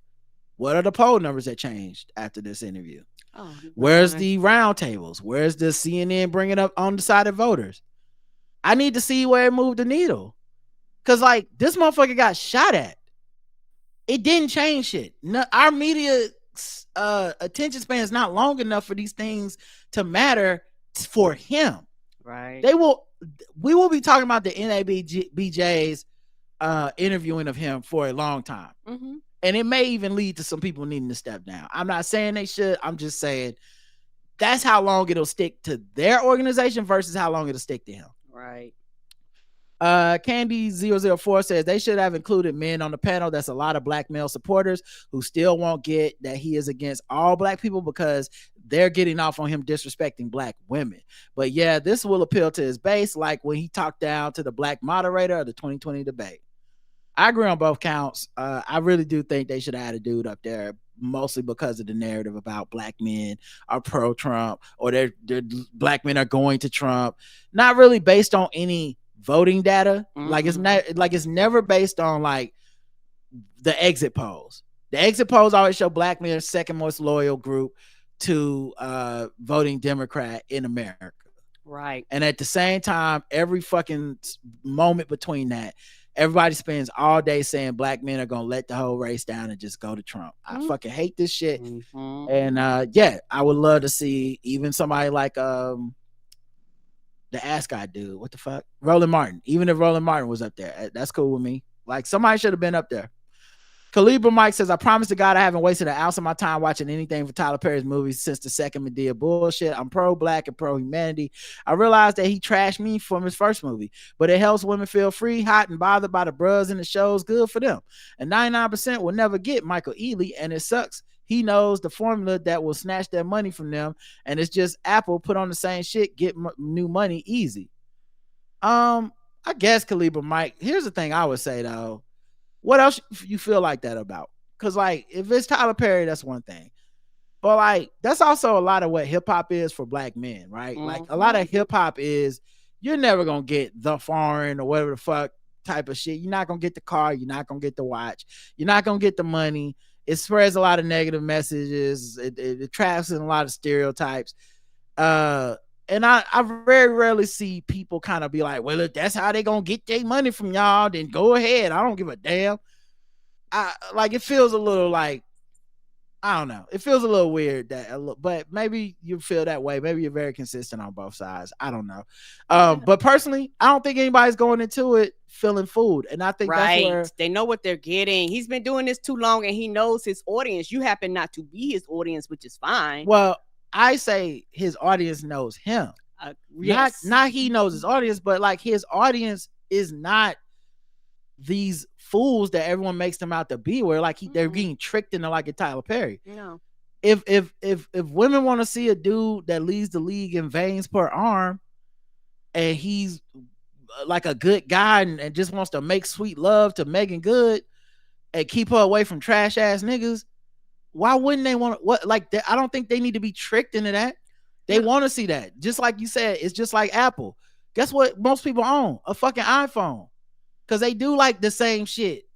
They don't want to learn a new phone every time it's time to get a new phone. They don't care about the whatever the fuck y'all talking about. They want that easy access, like, oh, cool, they do the same shit. And also, I don't see the difference. Maybe it's just me between Tyler Perry and like the Lifetime movies. Mm-hmm. Like them shits is the same. A lot of them shit just have white women doing the same shit. But if you go back through, a lot of them have the same tropes, the same stereotypes, the same formats. And white women love them shits and they watch them all the time and they're not being tricked. Yeah, maybe people feel that way. It's just because it's not race, it don't come up, you know? Right. So y'all don't know about 24/7 Las Vegas. What the fuck? I don't know what this comment is about. Calibra Mike, he put a minute mark on here. Oh, shit, he put a minute mark. Let me see if I can. Oh wait, I'm sorry. I just realized y'all probably can't hear it, so I'm trying to see what he's talking about here. Yeah, I say this is just a life hack in case y'all need to hear it. But if you have egg rolls at home, but you don't have any duck sauce, Chick-fil-A Polynesian sauce. Okay, what does 24/7 Las Vegas got to do with that? So no, I haven't heard of 24/7 Las Vegas. I've never been to Las And Vegas. Khalifa Mike, you didn't do us any favors by elaborating and letting us know what the fuck that is. What's the restaurant chain? I guess it's 24/7. I don't know. I never heard of it. I don't know what you're talking about, Mike. And you didn't do a good job. You gotta let us know. Yeah, come back and let us know more. What it is. Yeah, Give us more details. Right back in, brother. I don't understand. I want to understand, but I just don't. NABJ hosting Trump. Yay, meh, or nay? 5% yay, 19% meh, and 77% nay. Nah, they shouldn't have done that. Yeah, I think the vast majority of people is nay, and I think you're gonna find that in most rooms. That's my guess. But get it how you live, player. Get it how you live. 2951, who wants to be a dragon heir? Our, of course, House of Dragon recap. House of the Dragon. Rona Raphael says this is a very good poll. The poll was, who's your favorite new Dragon Lord? This is a very good poll. It was tough for me to pick between Adam and Hugh. On completion of my Dragons manual, I've come to the realization that I'm the prize, just as Simone Biles' husband has claimed. I can be patient for my dragon to be bold and claiming a prize like me. I'm never setting foot in Dragonstone. Never. Right. I gotta be like Adam. That's the only way I'm getting the dragon. It's gotta run up on me and choose. All right. Jim says, great recap. Y'all truly best in the game at this. I look forward to Wednesdays because of your commentary on this show. I love. For the poll, I chose Adam because he's black, period. I am nothing if not a player of identity politics. You mentioned not realizing the Night's Watch would be so far south in King's Landing. If you can remember way back to Game of Thrones season 1, Yoren was a brother of the Night's Watch and a recruiter. I believe Arya met Yoren through Ned before Ned was arrested. When Ned was forced to publicly confess treason in the square, he saw her by the statue of Baylor and signaled to Yoren to go to her. Yoren took her away from the square, cut her hair, and she looked like a boy, and took her with him and his band of misfits back to the wall with Hot Pie and Gendry. Yeah, I do remember that, but I guess in the moment I didn't remember that, or just, but I've been reminded of it through a few emails and stuff, and y'all right, I just forgot. Lastly, am I the only one who thinks Ulf purposely went on a mission to go towards the danger? After he got knocked into the pit by Vermithor, he was by the exit, but he grabbed the torch and went straight to the lair. Maybe it was his CTE acting up, but maybe since he got punked at the tavern into going there in the first place, he was like, fuck it, I'm going to my destiny. I don't know. He almost seemed relieved when he encountered Silverwing, like he was either going to die courageous or live triumphant. Jim, I love you like a sister. Think I met you in real life, hugged you before? Absolutely not. Nope. They did not write that character like that at all. And I would be 100% shocked if they tried to say that's what the fuck we were supposed to see on that screen. Because the reason I say that, O's character arc doesn't work if he's brave in this moment. Oh no, he was running away, so he would get fucking burned up. Just as a writer, this is why, just writing wise, it doesn't make sense. His whole thing was, he's a guy who claims to be related to the Targaryens of royal blood, gets free drinks at the bar about it. But when Aemon shows up, he's quiet. When it's time to go claim a dragon, he didn't want to go. His knee is acting up, highlighting this cowardice. My neck, my back. Yeah, highlighting this cowardice, not bravery. When he gets knocked down, he basically runs away. He doesn't grab the torch like, I'll go find Silverwing. The trial was not for Silverwing. The trial was for them to bond with Vermithor. They don't even know about Silverwing or where Silverwing's at, when they're coming up. Yeah, any of that he got lost in that fucking maze. Yeah, and I think sight-wise, I don't know that he was by the exit. I think you can see some light coming down in the background, which is obviously green screen, but I don't think he was like, oh, here's a way out, but I'm gonna turn back around. So I don't think any of this was on the screen or in the script. And the reason I say all that is because it makes it so much better when he gets a dragon. Because we're like, oh, this motherfucker definitely not getting no dragon. Like, he's scared. He almost running, leaving. He's running. He almost got 8. He just trying to get the fuck out of there. If we thought, oh no, this is his quest to be a hero and get his own dragon, I don't think it works on the screen unless you set it up better. That's my personal feeling. So, not saying you you gotta be wrong. Maybe the writers will say something in an interview and be like, yeah, we were always supposed to see that. But I just think if that's the case, they failed putting it on the screen. Mm-hmm. Sean says it was fun watching Damon get served, but it was even more fun to hear your recap. Matt Smith going from Doctor Who to Damon Who. Evie says Adam Vanilli of Home. Adam Vanilli. It's so adorable. He was so eager to be somebody. He bent the knee so fast. Rhaenyra barely got her words out. I hope Corlys eventually acknowledges him. Yeah, that well done was all he was given. Mm-hmm. Rhaenyra was so wrong for offering up them bastards to the dragons for a snack. I felt so bad for them, but it's kind of underlines that war makes even some of the best of us villains. Although Rhaenyra ain't the same. Nope. They might as well have played Curb Your Enthusiasm music when Aemon saw Rey with all her dragons and he had to turn around. That was funny. Shit, I wish I had thought of that. That's so funny. I should have played that. I keep my fingers crossed for that BBL Chrissy dies next week. Could happen. You never know. I feel like this season ain't gotta lead to this battle at Harrenhal. Cause like, where else have we been going? The whole thing has been setting up. Harrenhal, Riverlands, Harrenhal. Damon finally got his army together. We know Chrissy we didn't even see this week, but it was because he's marching towards Harrenhal to fight on one side. The Lannister army is supposed to be marching towards Harrenhal to fight on the other side. And then they're supposed to fight Damon's army. And then Aemon is supposed to meet them out there on his dragon and all this shit. I feel like next week got to be a big dragon fight, or else what the fuck did we just do? And could Chrissy die in that? Hell yeah, anyone could die next week. Yes, they could. Oh, and where they're going, they're not going to pass. What you call this daddy? Are they? No, they're not going to pass. Their great grandfather, where he stays. He's not in that area, is he? He's not nowhere near Harrenhal. Who are you talking about? You just selling stuff. Their granddaddy. Whose granddaddy? The king's granddaddy. The king's granddaddy. So Otto Hightower. Yes. Okay. Otto Hightower. No, they're not near Harrenhal. No. Okay. They're fighting a battle of their own right now between. That's who the Beesburys. The Lord Beesbury, who was killed at the meeting with that ball, his peoples is mad. They have not shown us any of them off camera. Right. So I mean, they could cut to them. They do that on Game of Thrones, where they sometimes cut and they're like, you should have been paying attention. But I don't know that the Hightower army would meet up in the Riverlands or not. It could, but I also don't know that they won't. I just know on the map they're not like necessarily close. Yes, okay. That could be the surprise is, they showed up. That's what I was thinking. I was like, well, you never know with things like this. Yeah, so. Aaron and his dragon. We finally get to see him.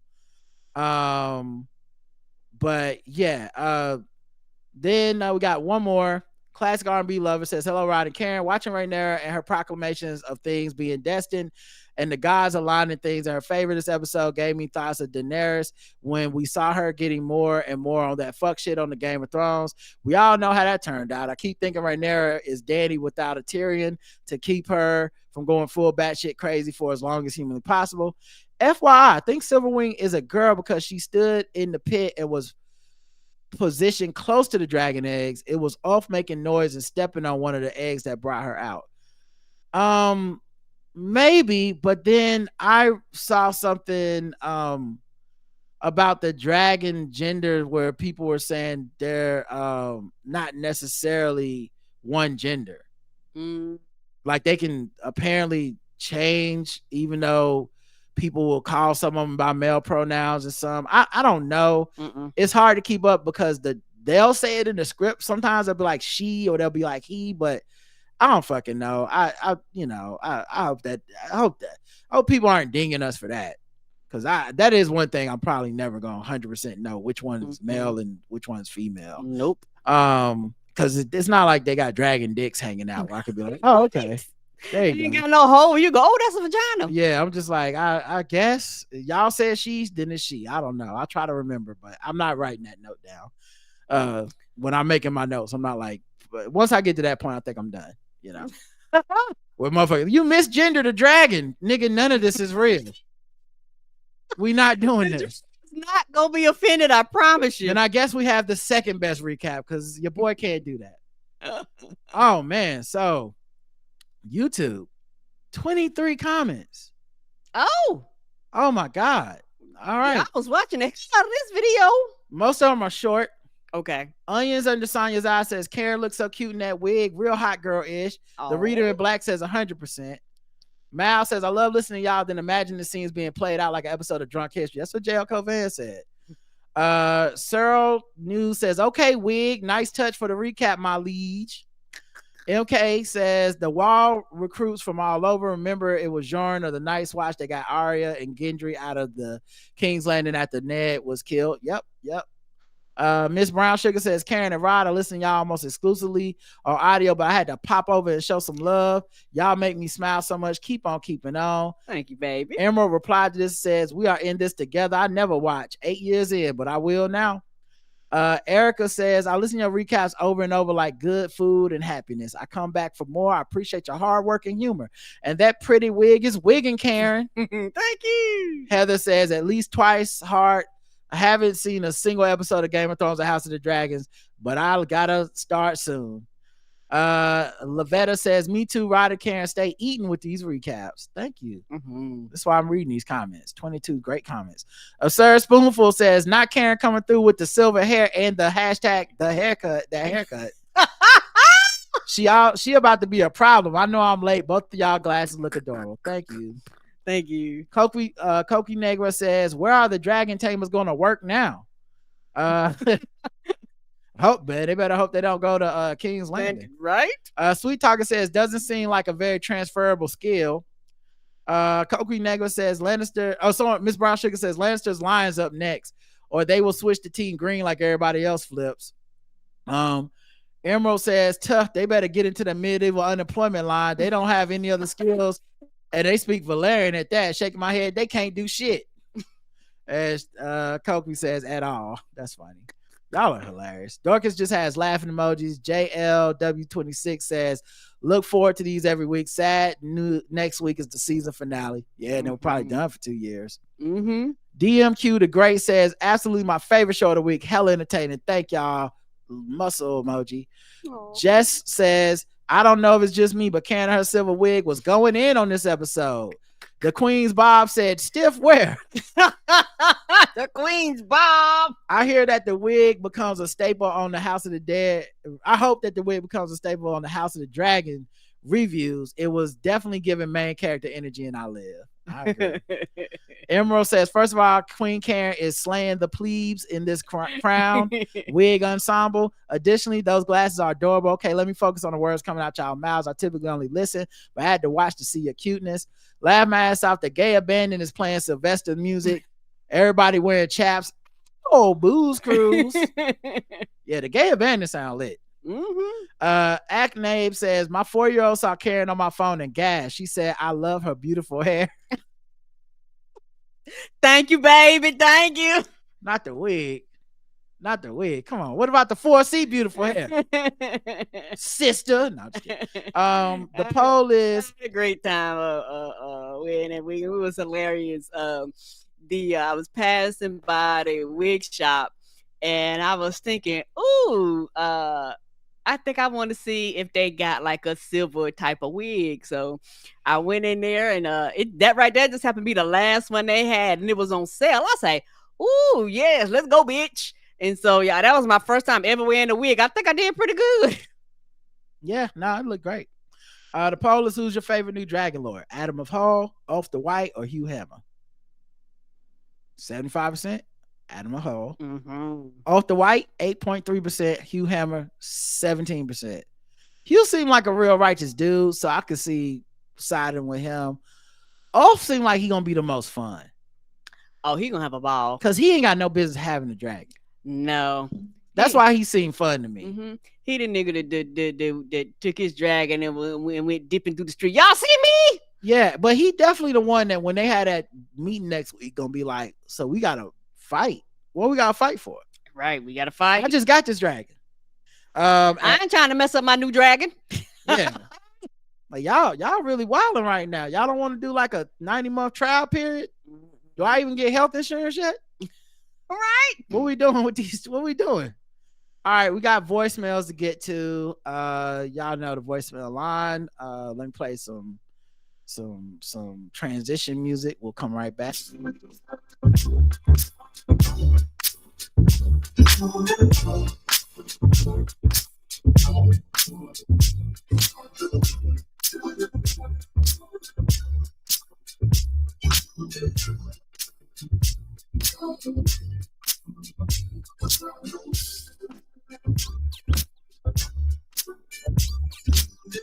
All right, voicemail time. Let's get to some. First is from Erica from Cleveland. Hey, Ryan, Karen. Good morning. This is Erica. I'm up here getting through this work day with y'all as usual. Just listening to what episode is this? This is episode 2950, Poppy Cock. First of all, I love when Karen gets fired up. Like I'm a Karen stan. Okay, I am president of the CEO of the fan club for Karen, and also the CEO of the fan club for Rod. Too. But anyway, I love when she gets fired up. I wish I could get fired up and turn up on a motherfucker like that. Like, Karen, if I ever have some issues, can I call you so you can just go off on somebody for me? Also, I just want to touch on the Tyler Perry outrage. I think Rod, he always seems to like echo everything I'm thinking. Like, first of all, Tyler Perry not lying. It's a lot of ain't shit ass niggas. I'm actually related to one, and a lot of this shit that Tyler Perry talks about is shit that I have seen in 4K. Also, I hate how we as a people hold Tyler Perry to this standard. Like, how many terrible ass movies can Adam Sandler make or Will Ferrell? And white people don't give a fuck. They just go and see it. It's trash, and they keep it moving. Why do we have to tear him down like this? Like, if you don't like it, don't fucking watch it. Right. And that's all I got. Honestly, have a great day, guys. Honestly, like, I think I'm in the demo for the Tyler Perry shit because I watch so much for my man. I watch trash shit. Yeah. No, Karen. No. Just me, not you. I watch so much for my man and Fatal Attractions on TV One. Like, I just have it in the background all the time when I'm cleaning and all this stuff. I watch them. I memorize them. I can tell within 5 minutes of watching an episode if I've seen it before. Like, I'm at that point. Right. It's all I watch. So it's easy for me to be like, yeah, it is. That's not crazy. It's niggas doing crazy stuff to people every day. And there's a lot of women going down for it. So I don't find it to be so far-fetched that, like, where people like, this is just, there's no women that will ever, well, I can introduce you to some. There is. And shout out to Barack Obama, because a lot of them got out of jail because of him. Yep. And yeah, I was about to say a lot of the women are currently in jail serving time for bullshit. But a lot of them got out because Obama got them out. I love when I see an episode and the woman that's in it, that's being reenacted, is actually there to be able to do the interview and they free. Because I'm like, I know how this gonna end, because they always go to jail, and it's always gonna end with, in 2009, Barack Obama passed the let these niggas out of jail bill, and he went through and pardoned women that was in jail for some bullshit that some man did. And I'm like, right, because it do be like that. Tyler know what he talking about. People want to watch that, then they can watch it. They not stupid. Kiana. Hey y'all, it's Kiana. In this week's episode of People Who I Wish Would Shut the Hell Up, we have Bernie Sanders and Amanda Seales. I'm going to talk about Bernie Sanders first. I remember during the 2016 election, I believe it was, he was interviewed and he talked about how money can be such a corrupting influence in our election cycles. And he said that was the most important thing that we needed to be concerned about. And I actually, it was on Twitter, I actually quote tweeted and was like, nah, I think voter suppression and like other things are far bigger. Funny, Rod actually retweeted that. Anyway, it was a while ago. But in this moment where we see big donors actually withholding money to get Joe Biden out of the race, it's funny that Bernie Sanders hasn't mentioned how money can be such a corruptible influence in our elections. And now he's sort of pivoting to like, well, Kamala Harris is going to have to speak up louder for the working class if she wants to vote.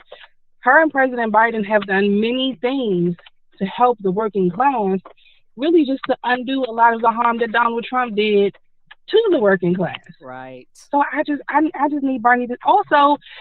People are still like Bernie should run. Y'all just said that Joe Biden was too old. Him and Bernie Sanders are old as fucking dirt. How are they both going? If they not anyway, Amanda Seals, I just feel like is generally malcontent and vomits that malcontentness onto the internet. And people have propped her up because we conflate being contrarian with being smart. She ain't never happy. She wants to spread the misery around. Anyway, go Kamala. I'm so happy to hear y'all covering it, and I cannot wait to get out and vote for her for president for 2024, hopefully 2028. Love y'all. Hope y'all having. She got cut off. She left another message, but Karen, did you want to say something already?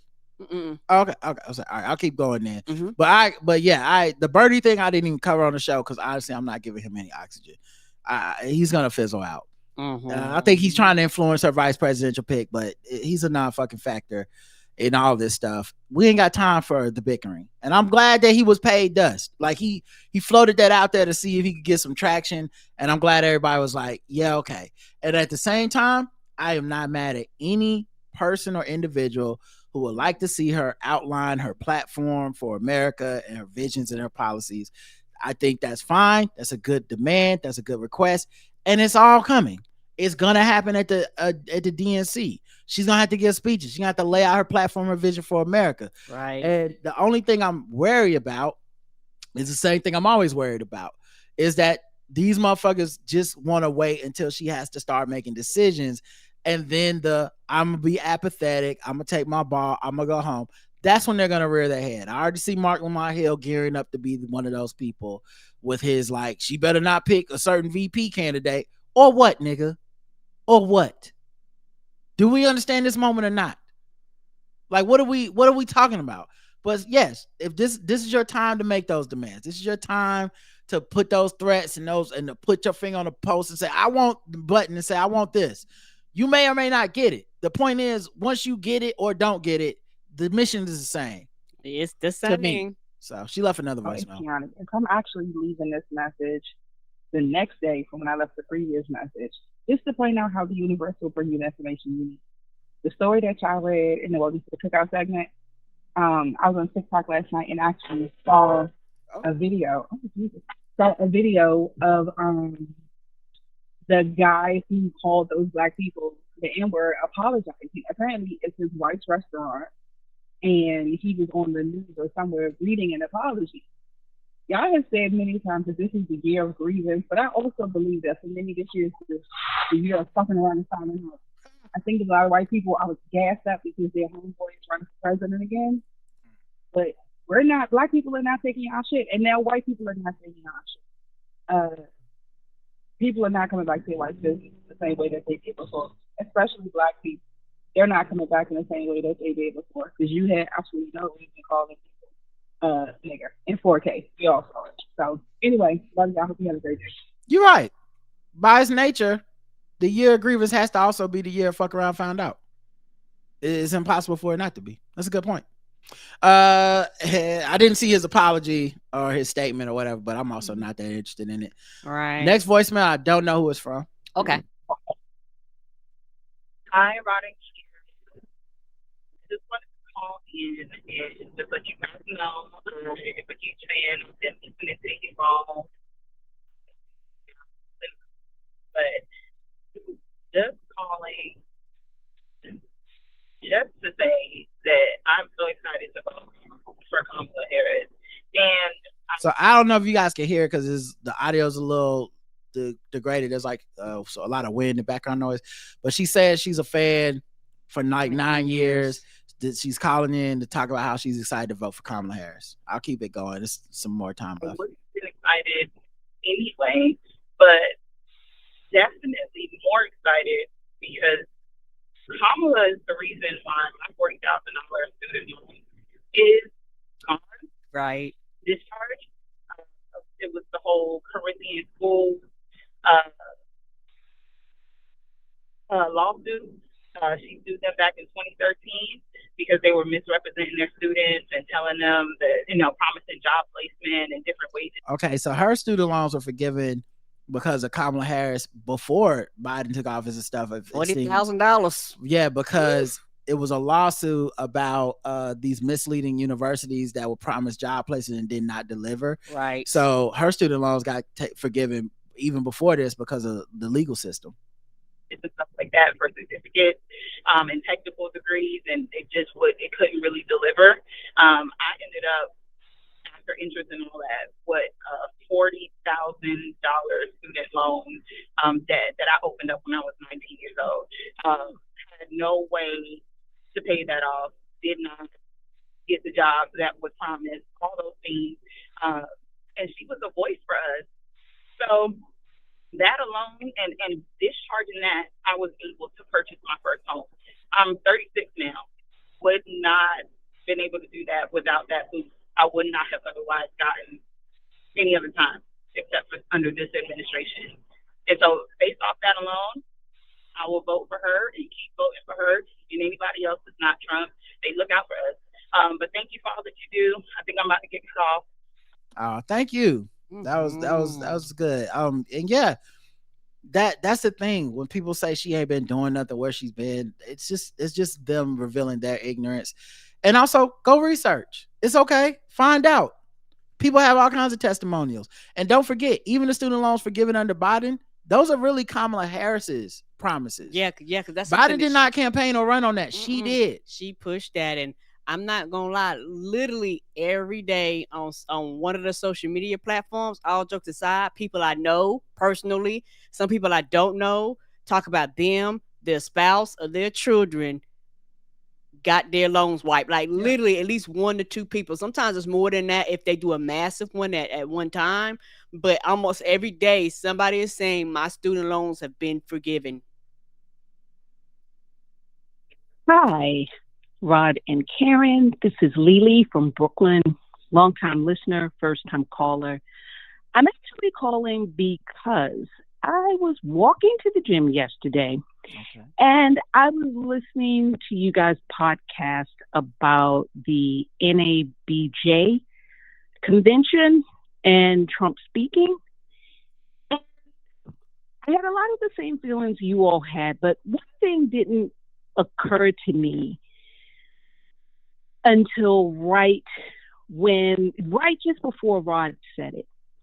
He said that Trump, and I call him Twitler because he used to like to tweet and he's like Hitler.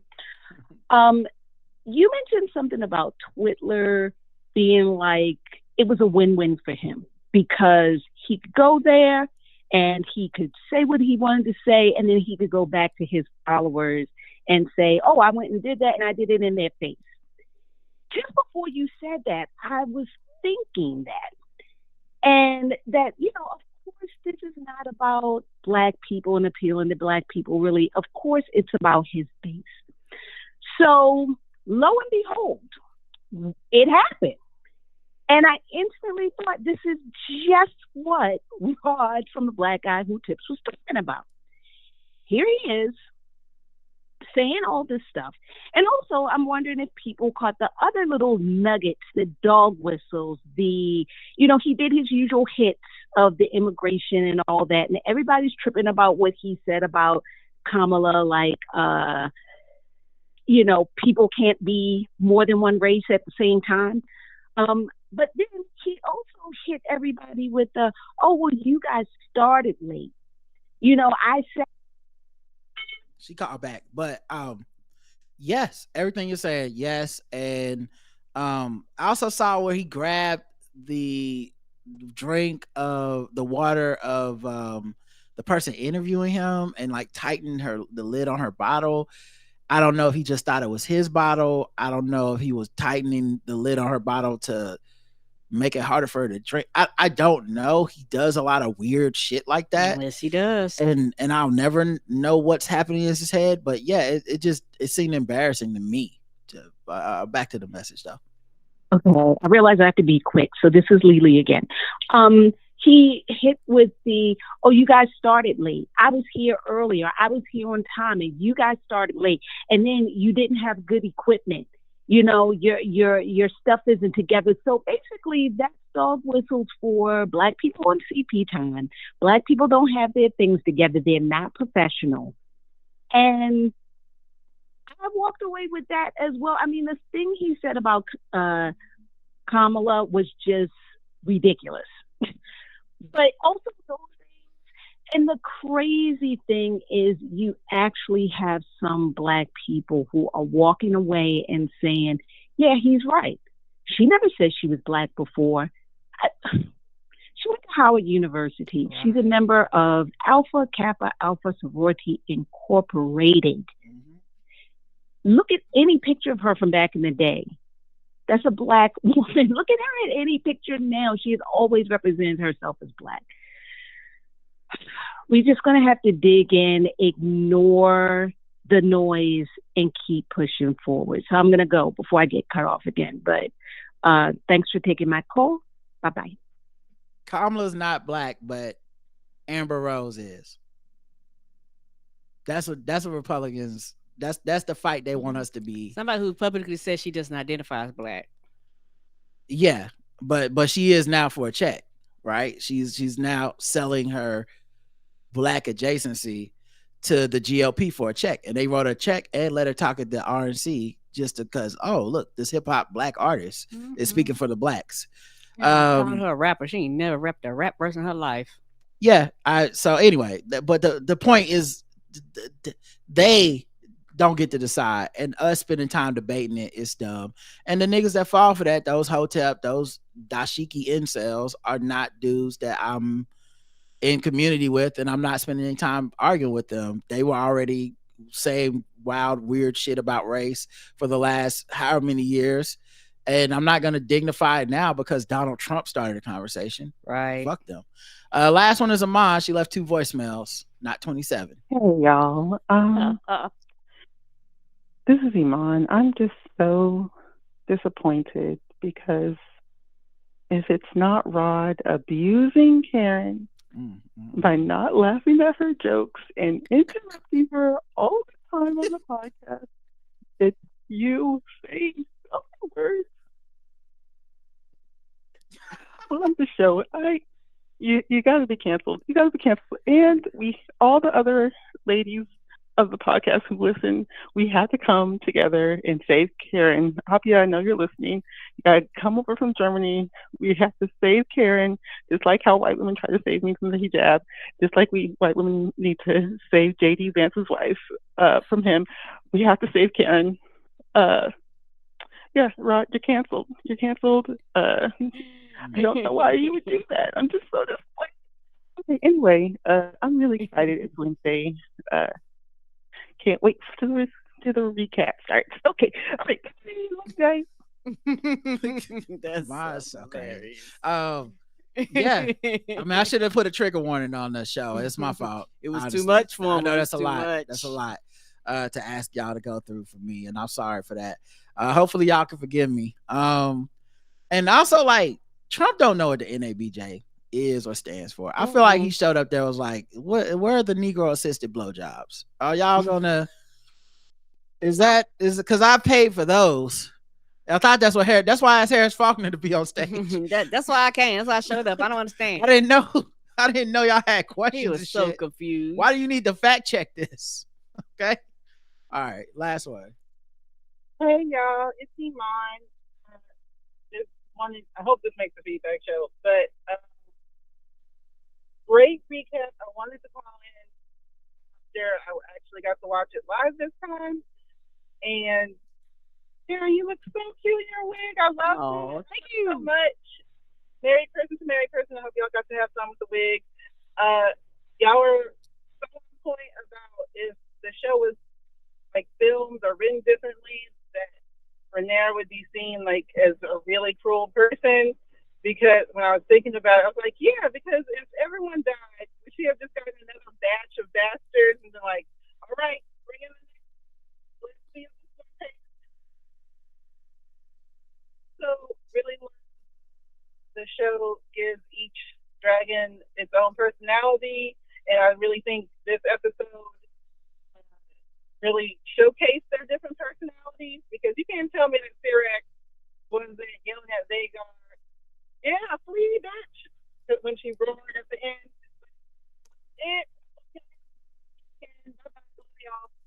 Thank you, Amon. Always good to hear from you. It is. That is all the voicemails. Now we just have the emails left in this 2-hour show, and we'll be right back after I play some music so I can drink some water. Put a commercial break. Yeah. How about this by Psycho Music? They Don't Hear Me Cry.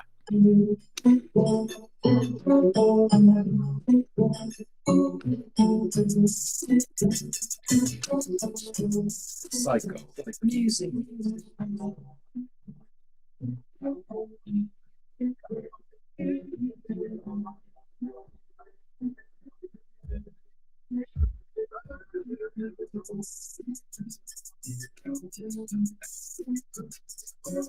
All right, let's get to these emails. This is from Steph, who says, let's all breathe. Well, I'm not gonna tell you, I hate to tell you this, Steph, I've been breathing. It's kind of an involuntary function at this point. Good morning. I wrote in last week in a panic after Joe Biden stepped down. I'm still a little panicked, but I'm breathing a little easier now.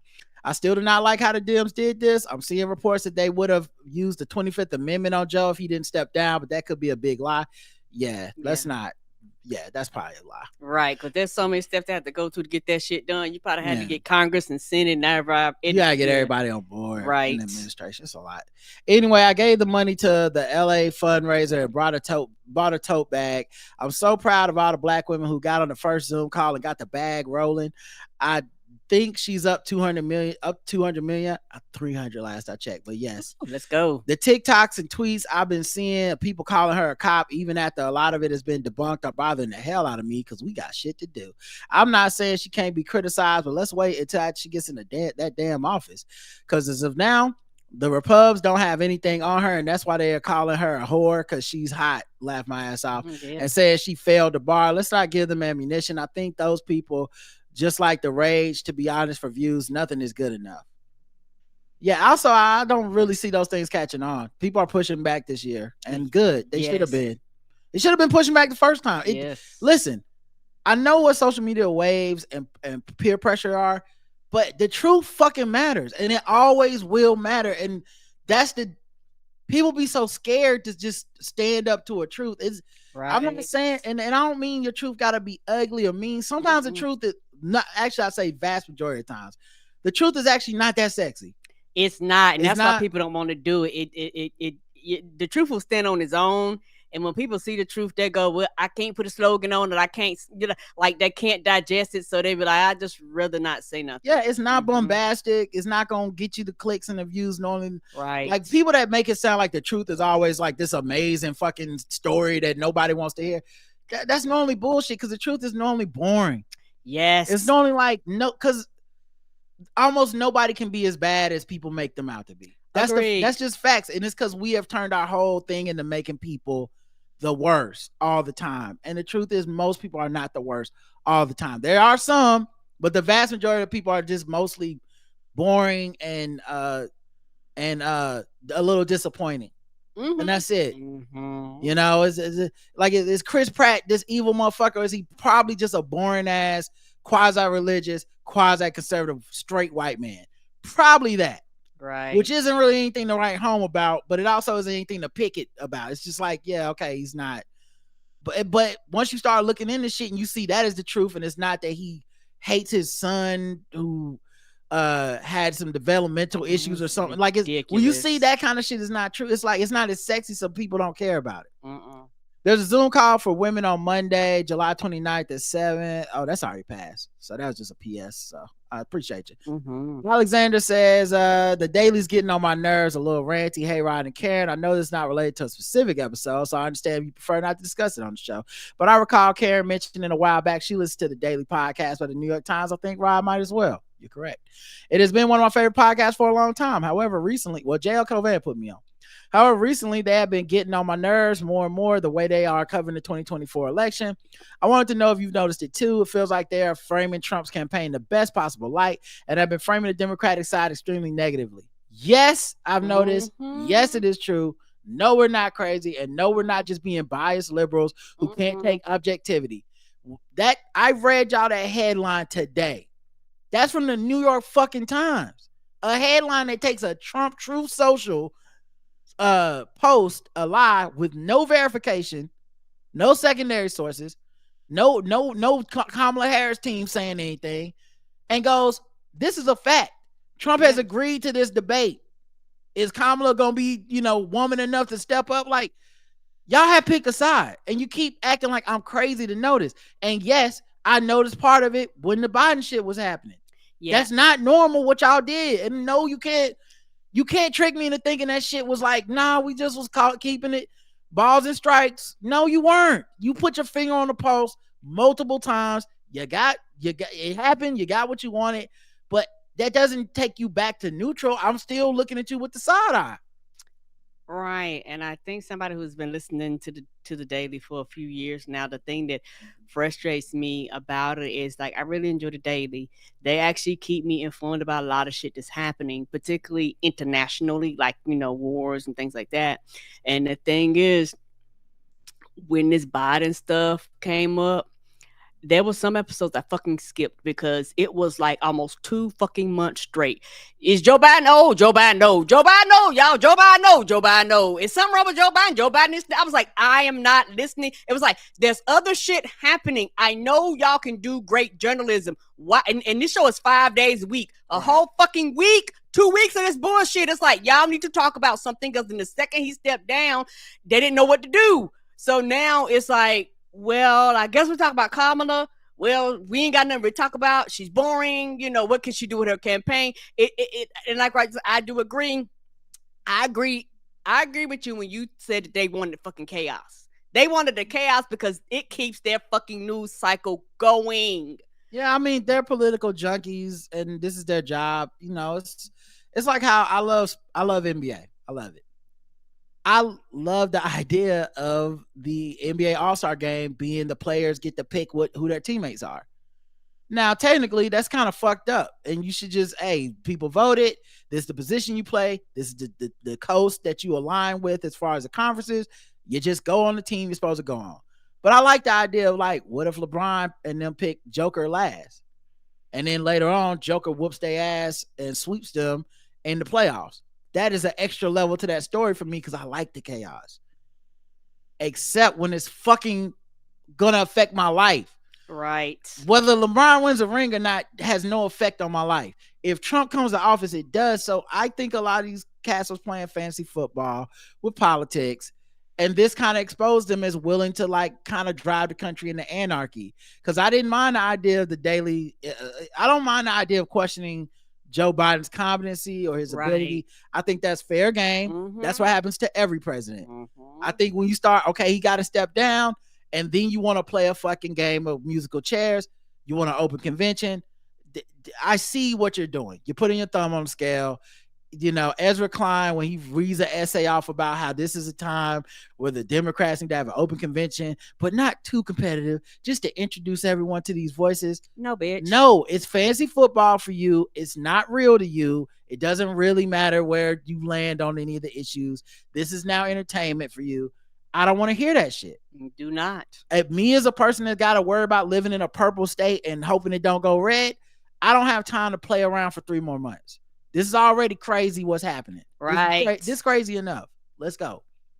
But yeah, how it says I wanted to know if you noticed it too. It feels like they're Oh yeah, we said that. In interviews with Trump supporters, there are never any pushback or even follow-up questions. I noticed. Meanwhile, they talk to Democrats, they fire a barrage of loaded questions and ignore all the good points and the answers they receive. Yep, I've noticed it.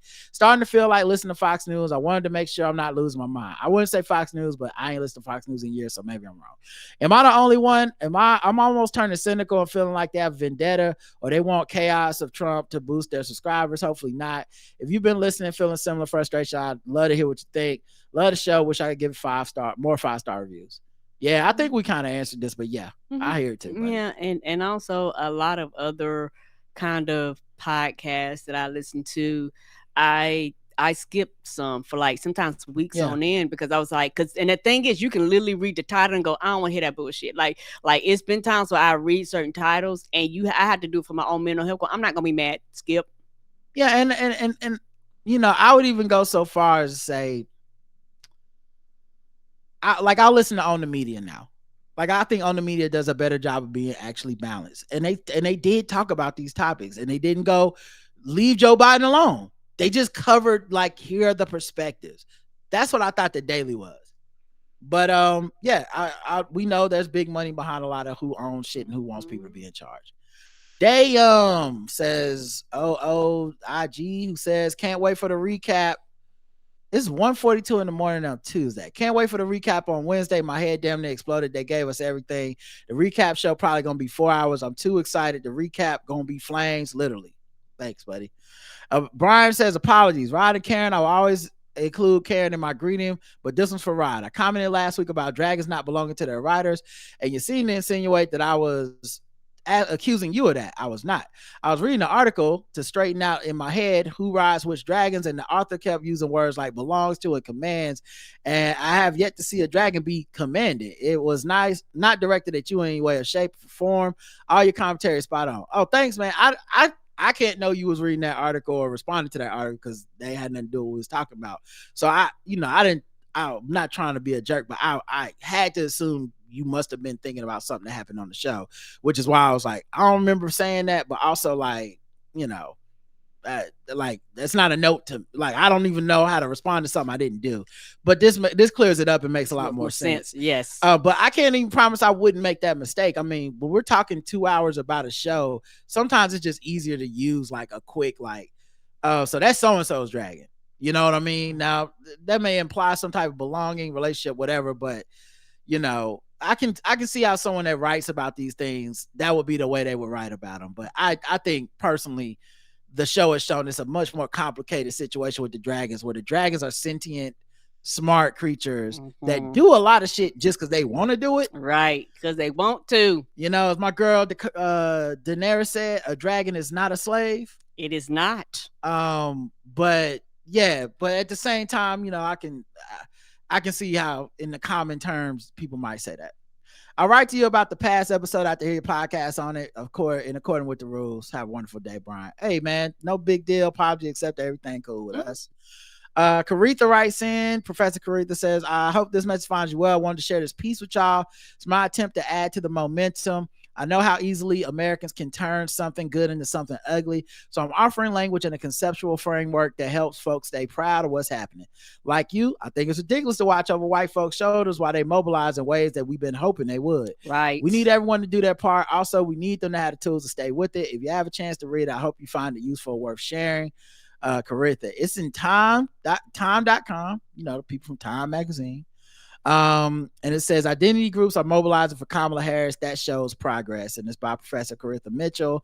I'll link it in our show notes. Let me say this link, so in case y'all want to read it too. Yes. But yeah, I agree completely in that this is what we've been asking for, and this is progress. I think the thing that and this is where I faltered, where I was short-sighted, or where I don't even want to say short-sighted. I was cynical and I just didn't have a belief, but I'm letting the moment lead my belief, because I am very much about being pragmatic, but also being realistic. So when things change, I have to change. I can't just go, all this stuff is happening, but I'm going to stay in my stubborn boat, right?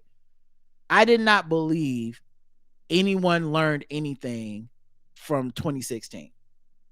I said, the only thing I learned is we just need an old white man who's straight, because that's what y'all showed me. Y'all told me in 2016, even when it was an older white lady who was very much a political stalwart, who was definitely the most qualified person to ever run for this job, who is the white women should support her.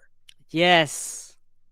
And when y'all didn't, when white people did not do that, The lesson I learned is the same lesson the voters in South Carolina learned, which was we just got to go back to just some straight white man, not because I love his politics or I love him, but because this seems to be the thing that y'all want. Right. Because white woman was 1 degree off. We ain't talking about no super liberal white woman. Just white woman was 1 fucking degree too much for y'all. And I think where I miscalculated is that apparently between Trump's horrible presidency and Joe Biden being old and scaring the shit out of everybody, they are now scared enough to say, not only would we vote for Kamala Harris, we want to vote for Kamala Harris. And that's why I was wrong. I didn't think I really thought we were about to have another 3 months of bullshit where it's going to be like, but what Gretchen Whitmer, but what about Pete Buttigieg, but what about, I thought we were going to get a lot of that shit. Thought we were going to get a lot of Joe Biden said her, but why? We need to have an open convention. We didn't get any of that. Everyone fell in line. All the competition fell in line. No one tried to take her down. And I was wrong because these organized movements, these calls, this means something to me. Because you didn't have to do this. They didn't do this for Hillary. They didn't even do this for Joe Biden. But people understand the call in that this moment, you need this. We need to come together. And so I love this moment for that. Go ahead. The thing is, it's dire for them. That's the only reason why. Yeah. Before it was not dire for them. Like, and I'm not funny. Even though she was a white woman, it wasn't dire for them. But this is a dire for them. This is so dire for the white women that they was for Roe v. Wade specifically, but yes, other things too. Yes, but for the first time, they got skin in the game. Before they didn't feel like they had skin in the game. So they could do their private Facebook groups. They didn't want to say public. They didn't want to call out their friends. They didn't want to call out their moms, their sisters, their cousins. They felt like they had to do it behind scenes, pantsuit nations, rah, rah, rah. But now they're like, bitch, get your shit together. Yeah. I think what I mean specific, because I've been saying this white women thing is real for years now. It's been years, ever since Roe v. Wade got turned on. I was like, they activated these white women. That percentage of 54, 55% they just kept getting, they fucked that off because these white women are showing up they're showing up to vote in off-cycle elections, special elections, and in any election that has abortion on the docket. They are showing up and they are voting Democrat. That is a mistake that Republicans made, that I don't think they will lose the energy. I don't think this is a short attention span issue. If you have a uterus in America, it is a 100%, it is your issue. Right. Like, you can't run from this issue. You're not going to get them all, but a lot of them is like, what the fuck? I need to have that option. Because a lot of shit could go wrong, and I need that option. Right. I don't want to be stuck. So you're absolutely right. I'm so glad you made that point, Karen. But like I was saying, it also is a result of living under Donald Trump. So the Donald Trump shit did wake them to a certain extent of like, yo, this motherfucker coming back, we already lost Roe v. Wade. What the fuck else we gonna lose? Because you can still lose more. Like, he still got them Supreme Court justices up there. You need Joe Biden's Supreme Court justice reform. You need Kamala Harris to come in and carry that torch. So I think it is a moment of reckoning and a moment of hope at the same time for me. Yeah, and I agree. And maybe it's just me, and maybe it's the technicality thing. I push back a little bit because you got 1 year, you got one term, you voted twice. So did you learn the first time? So that's why I said it's something more on the line this time. No. You're right. I'm agreeing with that. Okay, I'm agreeing with that. I'm saying it's the combination. Okay. It's not one thing. Oh, yes. Okay. It's because when I say, I didn't say the 4 years under Trump and then they learned with Joe Biden. I didn't say that. It's the 4 years under Trump, Joe Biden being old, but the consequences of 4 years under Trump happened under Joe Biden. Yes. Roe v. Wade didn't happen under Trump. That shit happened under Biden. And him being old and people feeling like we need somebody that can fight this shit today. Right. And in the future, we need that right now. I think that scares the shit out of them, and they went, oh yeah, because like if it was just Trump, they would have been like this for Joe Biden. They not. They excited for Kamala in a different way because it's the desperation. Plus, I think they learned a lesson of like, yes, it is identity politics. It is you have to be enthusiastic for a woman, not I'm with her, man. I guess, but girl, you gotta be like, yeah, it's fucking her. We're at the meeting. You got a fucking problem with it. I'll punch you in the face. That's the energy it's gonna take. Yeah, and I think they're leaning into that. Yeah, and I agree. And also, I think that this is a thing that white women have to get themselves together. And it's one of those things where I appreciate them having a meeting, and other white women are calling other white women out and be like, bitch, get out your feelings. Nobody gives a fuck about your tears. I'm white too. See, that's something I can't say. They can look at somebody else white and I know your tricks, bitch. No, you need to get with the goddamn program. You know what I'm saying? Like they can challenge each other in a way that we cannot. That's the truth. Regardless of how you feel about it, they're not going to listen to my black ass, but they will listen to other fellow white women. Whatever it takes. I'm not mad. I'm not angry, child. Pull out your pussy hats, do what you got to do, and let's get it done, bitches. All right, let's get to the next one. It's a little bit longer. Lily says, dear Rod and Karen, this is Lily from Brooklyn, New York. I'm a long-time listener and first-time communicator of the show. I left a message on the voicemail, but I'm not sure if it's the right place. Anywho, you did. Anywho, want to chime in on a few things I heard about the more recent shows. Trump and the NABJ. I listened to the show you did all about Trump and the NABJ convention in Chicago. I agree with many of your points you both were making about the invitation by the NABJ and the consequences of his appearance for the organization and the outcomes for Twit and his candidacy. If it was then that I was hit with the same point Rod was starting to express, that this appears to be a win-win for. Oh yeah, you kind of said this on the thing. I'm only gonna skip it for time. So I think this is all the same thing. Yeah. All right. And then she says Biden in his candidacy, backtracking to when you guys had your discussion about Biden stepping down from his presidential candidacy. I've been taking a break from social media, particularly podcasts, since January this year. I've also spent a lot of time outside of the country this year, so I wasn't following the day-to-day political narratives forming mainstream or social media. I found that I really wanted to hear certain voices when this historical decision was made, and I wanted to hear Black voices that are usually not heard in mainstream news and media spaces. So I listened to the episode where you woke Karen up to tell her the news about Biden and his candidacy. I have a somewhat different look on Biden's second run for president than you had that I'd like to share. I'm a person who thinks Biden should have stepped down, and I'll go a step further by saying he should have never ran for re-election. My reason's not about his age, but his own words. As Karen said, Democrats have had many choices in the 2020 primary. I myself was supporting Kamala Harris. When she ended her campaign, I got behind Elizabeth Warren. When it looked as if Biden was going to be the nominee, I was going to support anyone the Democrats nominated in the general election. One of the main reasons I supported him was that he was going to be a one-term president. He said he was going to basically triage the country, stop the bleeding from the gaping gunshot, knife, and weapons of mass Republican destruction on the American people. He said he would work to get the country stabilized and back on track and work as a bridge candidate for the next generation of leaders. Finally, I thought Democrats are developing a long game. Then he came with that old Ruth Bader Ginsburg logic of, I think I can make an impact and still do the job. And we see what that got us. Well, only thing I'll push back on this with Lily is we talked about this on previous episodes. Someone wrote about it. This is your feelings. These are not what he said. And it's very important that we operate in facts and reality. Yes, sir. He never said he was a one-term president. He did say he saw himself as a bridge. He did say he saw himself as transitional. Then there were just rumors and scuttlebutt and assumptions because he was old the whole time, and people didn't want to assume, like people wanted to feel like he'll just walk away and give it to someone else. And I think he probably would have if Trump didn't run. If it wasn't Trump coming back, I think he would have left office, or he would have handed the keys over. I think there would have been a plan, but the justice system was not able to put him in jail. And even if it wasn't able to stop him from running.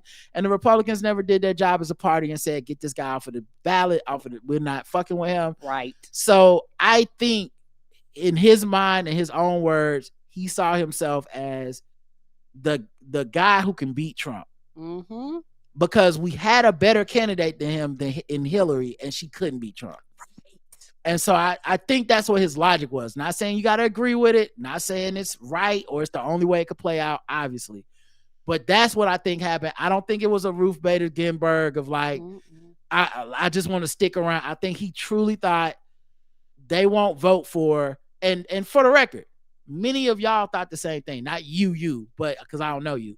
Many people, Democrat voters, thought the same thing, because when you said, well, then let it be Kamala, they're like, no, not Kamala. It can't be her because they ain't gonna vote for her. Right. Well, who's it gonna be? I don't know, Gavin Newsom. Okay, now we're just going young, straight white man. Okay, Gretchen Whitmer. So a white lady. They ain't got no problem with white ladies. Last time I checked, they did have a problem in 2016. So it just got into like that vibe of it. So I think that's what he was trying to avoid, was this confusion. But him being old and faltering in that debate led to more division and confusion than if he would have just stepped down. So at that point, what's the point of staying? I think. Anyway, she had the chance to retire under Obama with a Democrat-controlled Congress that would have put a like-minded justice on the court, and her ego, positive or negative, made her think that her being there wasn't going to be a problem.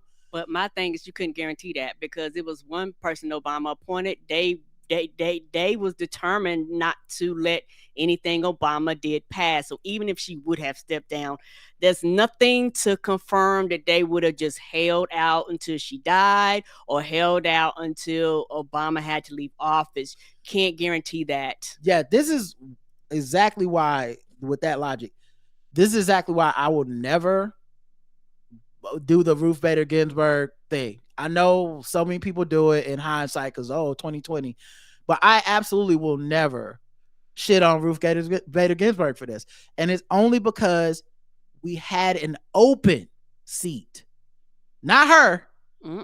During the Hillary Clinton election, we had an actual open seat, and I understood the logic, which was Republicans are obstructionists. They're refusing to play by the rules and let us confirm a nominee. But you know what?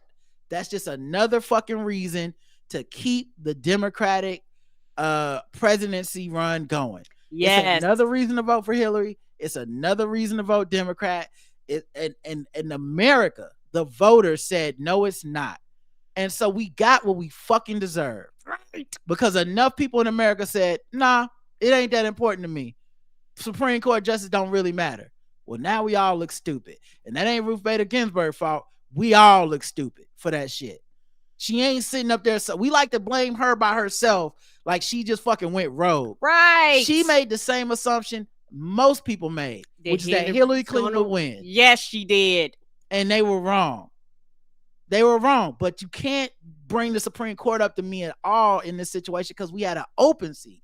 If you have an open seat, that's more important than one day one of these people might die.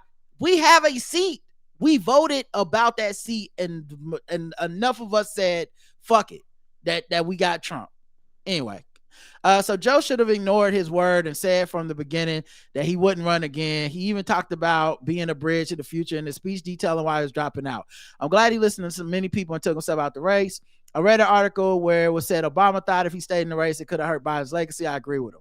I didn't. Yeah, that's rumors, but maybe he said it, maybe he didn't. Right. I didn't want Joe to become the 2000 Jimmy Carter, a good president whose loss were seeds of what we're living with today. Republican policy planning and implemented from dirty tricks of propaganda in a way.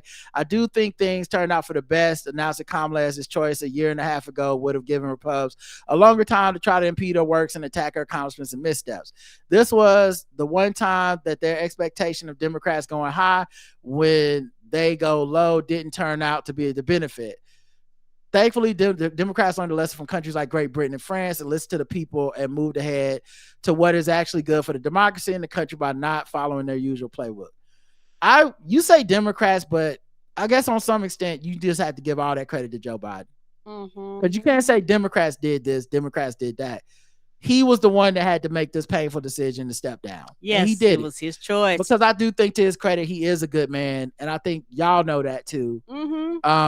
Because this is something he did not have to do. He was not obligated. He could have told y'all to kiss his ass and kept running if he wanted to. And it's also why I don't think the framing of it being an ego play is really apropos here for Joe Biden, because I don't think he's displayed this ego of like, I'm so important. I think he's done this kind of reluctant, like, well, if no one will vote for anyone but a white man, then I guess I'll do that. Right. Like, I don't think it's always felt like a duty for him. He's, but anyway, but I don't know him, so maybe he is secretly got an ego. But I think we can, and this is why I say I didn't want to relitigate this. I think we can all agree the Kamala moment is dope. I'm glad it's here. It is. It's rising all tides. The going back and forth over the I almost don't want to read the rest of his email because I want to stay positive, but when y'all write in like this, I have to go back and revisit why I disagree with some of the way you're framing it. Right. And it takes us back to a place where we just going back over something that we've been trying to stay off of for like weeks. And I would like to stay off of for the foreseeable future. Mm-hmm. I don't find this to be like a productive conversation because we've explained ourselves so many times. What else could we say? This is, there's no new thing you're saying here. We had someone write in on the YouTube, my girl Evs. We real close now. We real tight. I don't know why she didn't write in this week, but we real, me and her, we like buddies now. But she made all these points too. Mm-hmm. So I feel like we're just saying what we've been saying before. So I think I'm gonna skip the rest of this part about Joe Biden and why you disagree with the framing. It's okay to disagree. Yeah, it's okay. We ain't got to see eye to eye, baby. Yeah, but I like that we do agree on Kamala, and let's just move towards that's all that matters. Let's see. Anything else until this? Let's see. For now, during this election period, people need to give money, educate themselves about the candidates up and down the ballot, make sure they're registered to vote, write letters to the editor, call the media on their bullshit, to their faces in the publications, donate money, much more. Agreed. Until that time, I look forward to you all continue to create programming that gets to the generalities and specifics, the context of the topics and its nuances and much more while informing and persuading us and yes, entertaining us. Thank you. Be well, Lily for Brooklyn. Thank you, Lily, for writing in. Sincerely. And like I said, we've already spoken on how we feel about it ad nauseum. Right. And every time we have to repeat it, I feel like it just, at least for me, it stirs up this like I'm defending and debating something that has happened already, and I'm going back into the things that I still don't feel too good about, but am willing to move past, and I don't want to just keep going back. Yeah, and there's also I think for me, this is how I feel about it. I'm not going to change your mind and you're not going to change my mind, but something we can agree on is Kamala. And I will keep it like that, because for me, it's like we've said how we felt and there's nothing, no new news, no new information, nothing spectacular you're going to say. The thing is, I like to live in reality and facts, and a lot of this shit y'all saying he did say, but you're saying it like he said it like it's facts. Being transitional does not mean one term, but everybody assumed that meant one term, but that's not what was said, and that means words means things to me. So that means something to me. He never said that. People made that assumption and then got mad when he was like, I'm going to run again type of thing. And so it's one of those things where, because like I said, I'm not changing your mind, you're not changing my mind, but we can agree on Kamala, and now I'm gonna leave it like that. Yeah, that's how it is. Anyone listening to the sound of our voice, you don't have to write up here about it. Let's just move. We like to move on. You listen to the show and you like us. Hopefully you want to move on. Agreed. Because we're asking a lot to keep doing this shit. It's just like, all right, fam, let's just get into the good vibes, all right. Our girl Caritha writes in again about cleaning. She says she appreciated Karen sharing the success with the easy off oven cleaner for the tub and the shower. She says she doesn't remember if anybody explained why it works so well, so she wrote in to say, in our new house in Massachusetts, I have a glass shower doors that always look spotty after I clean them until I took Karen's advice. I tried to hire a housekeeper now that we've settled in, or I'm trying to.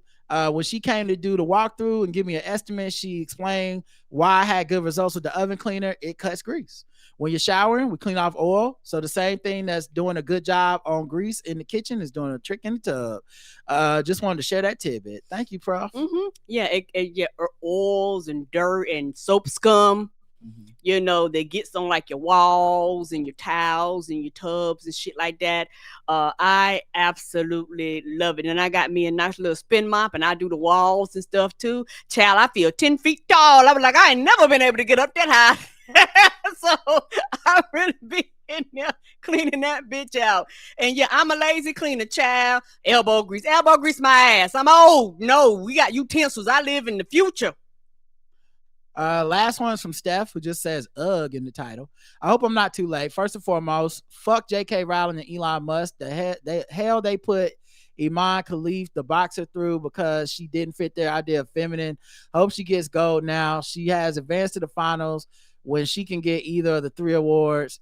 Just saw a vid of her balling after she won her match. She had to produce pictures of her as a child, and even her father was saying she was a woman. Ugh, I hate what Twitter's become.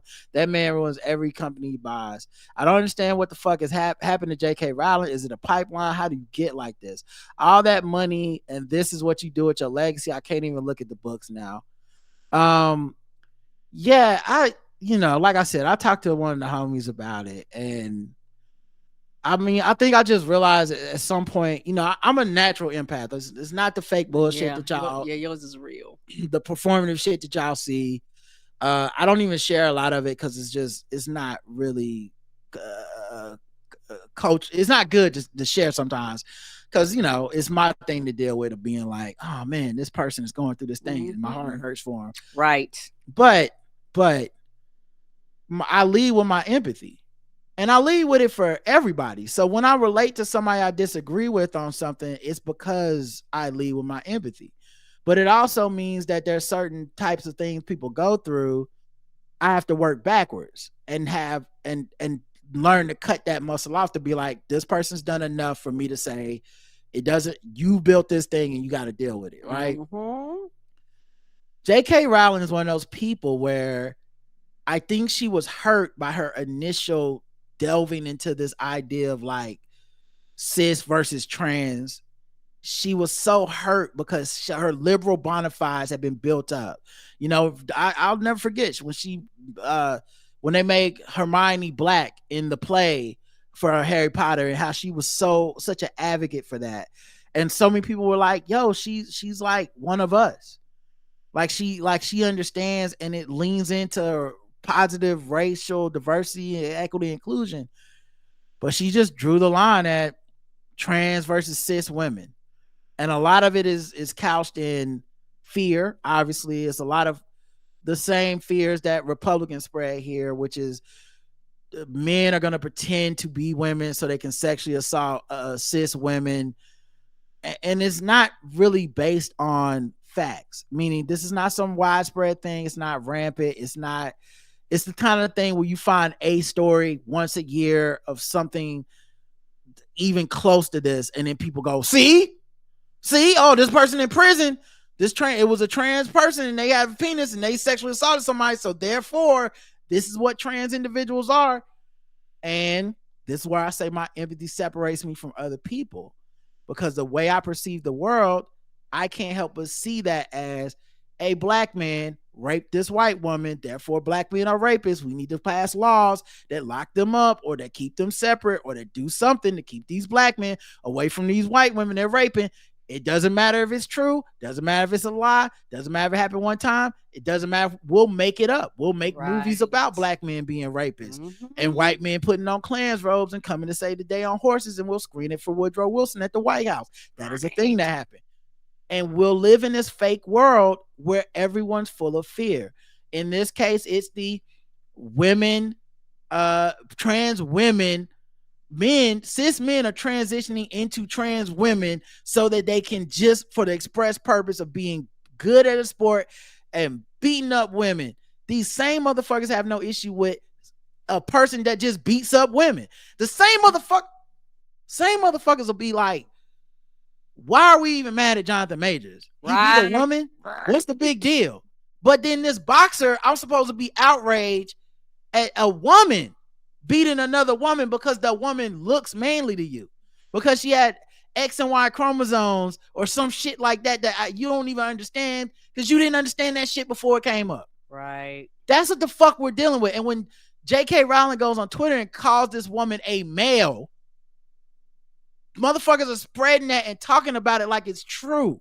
They're basically doing the same thing people did when Trump insults Kamala Harris's race, and we end up having a conversation based off of a lie.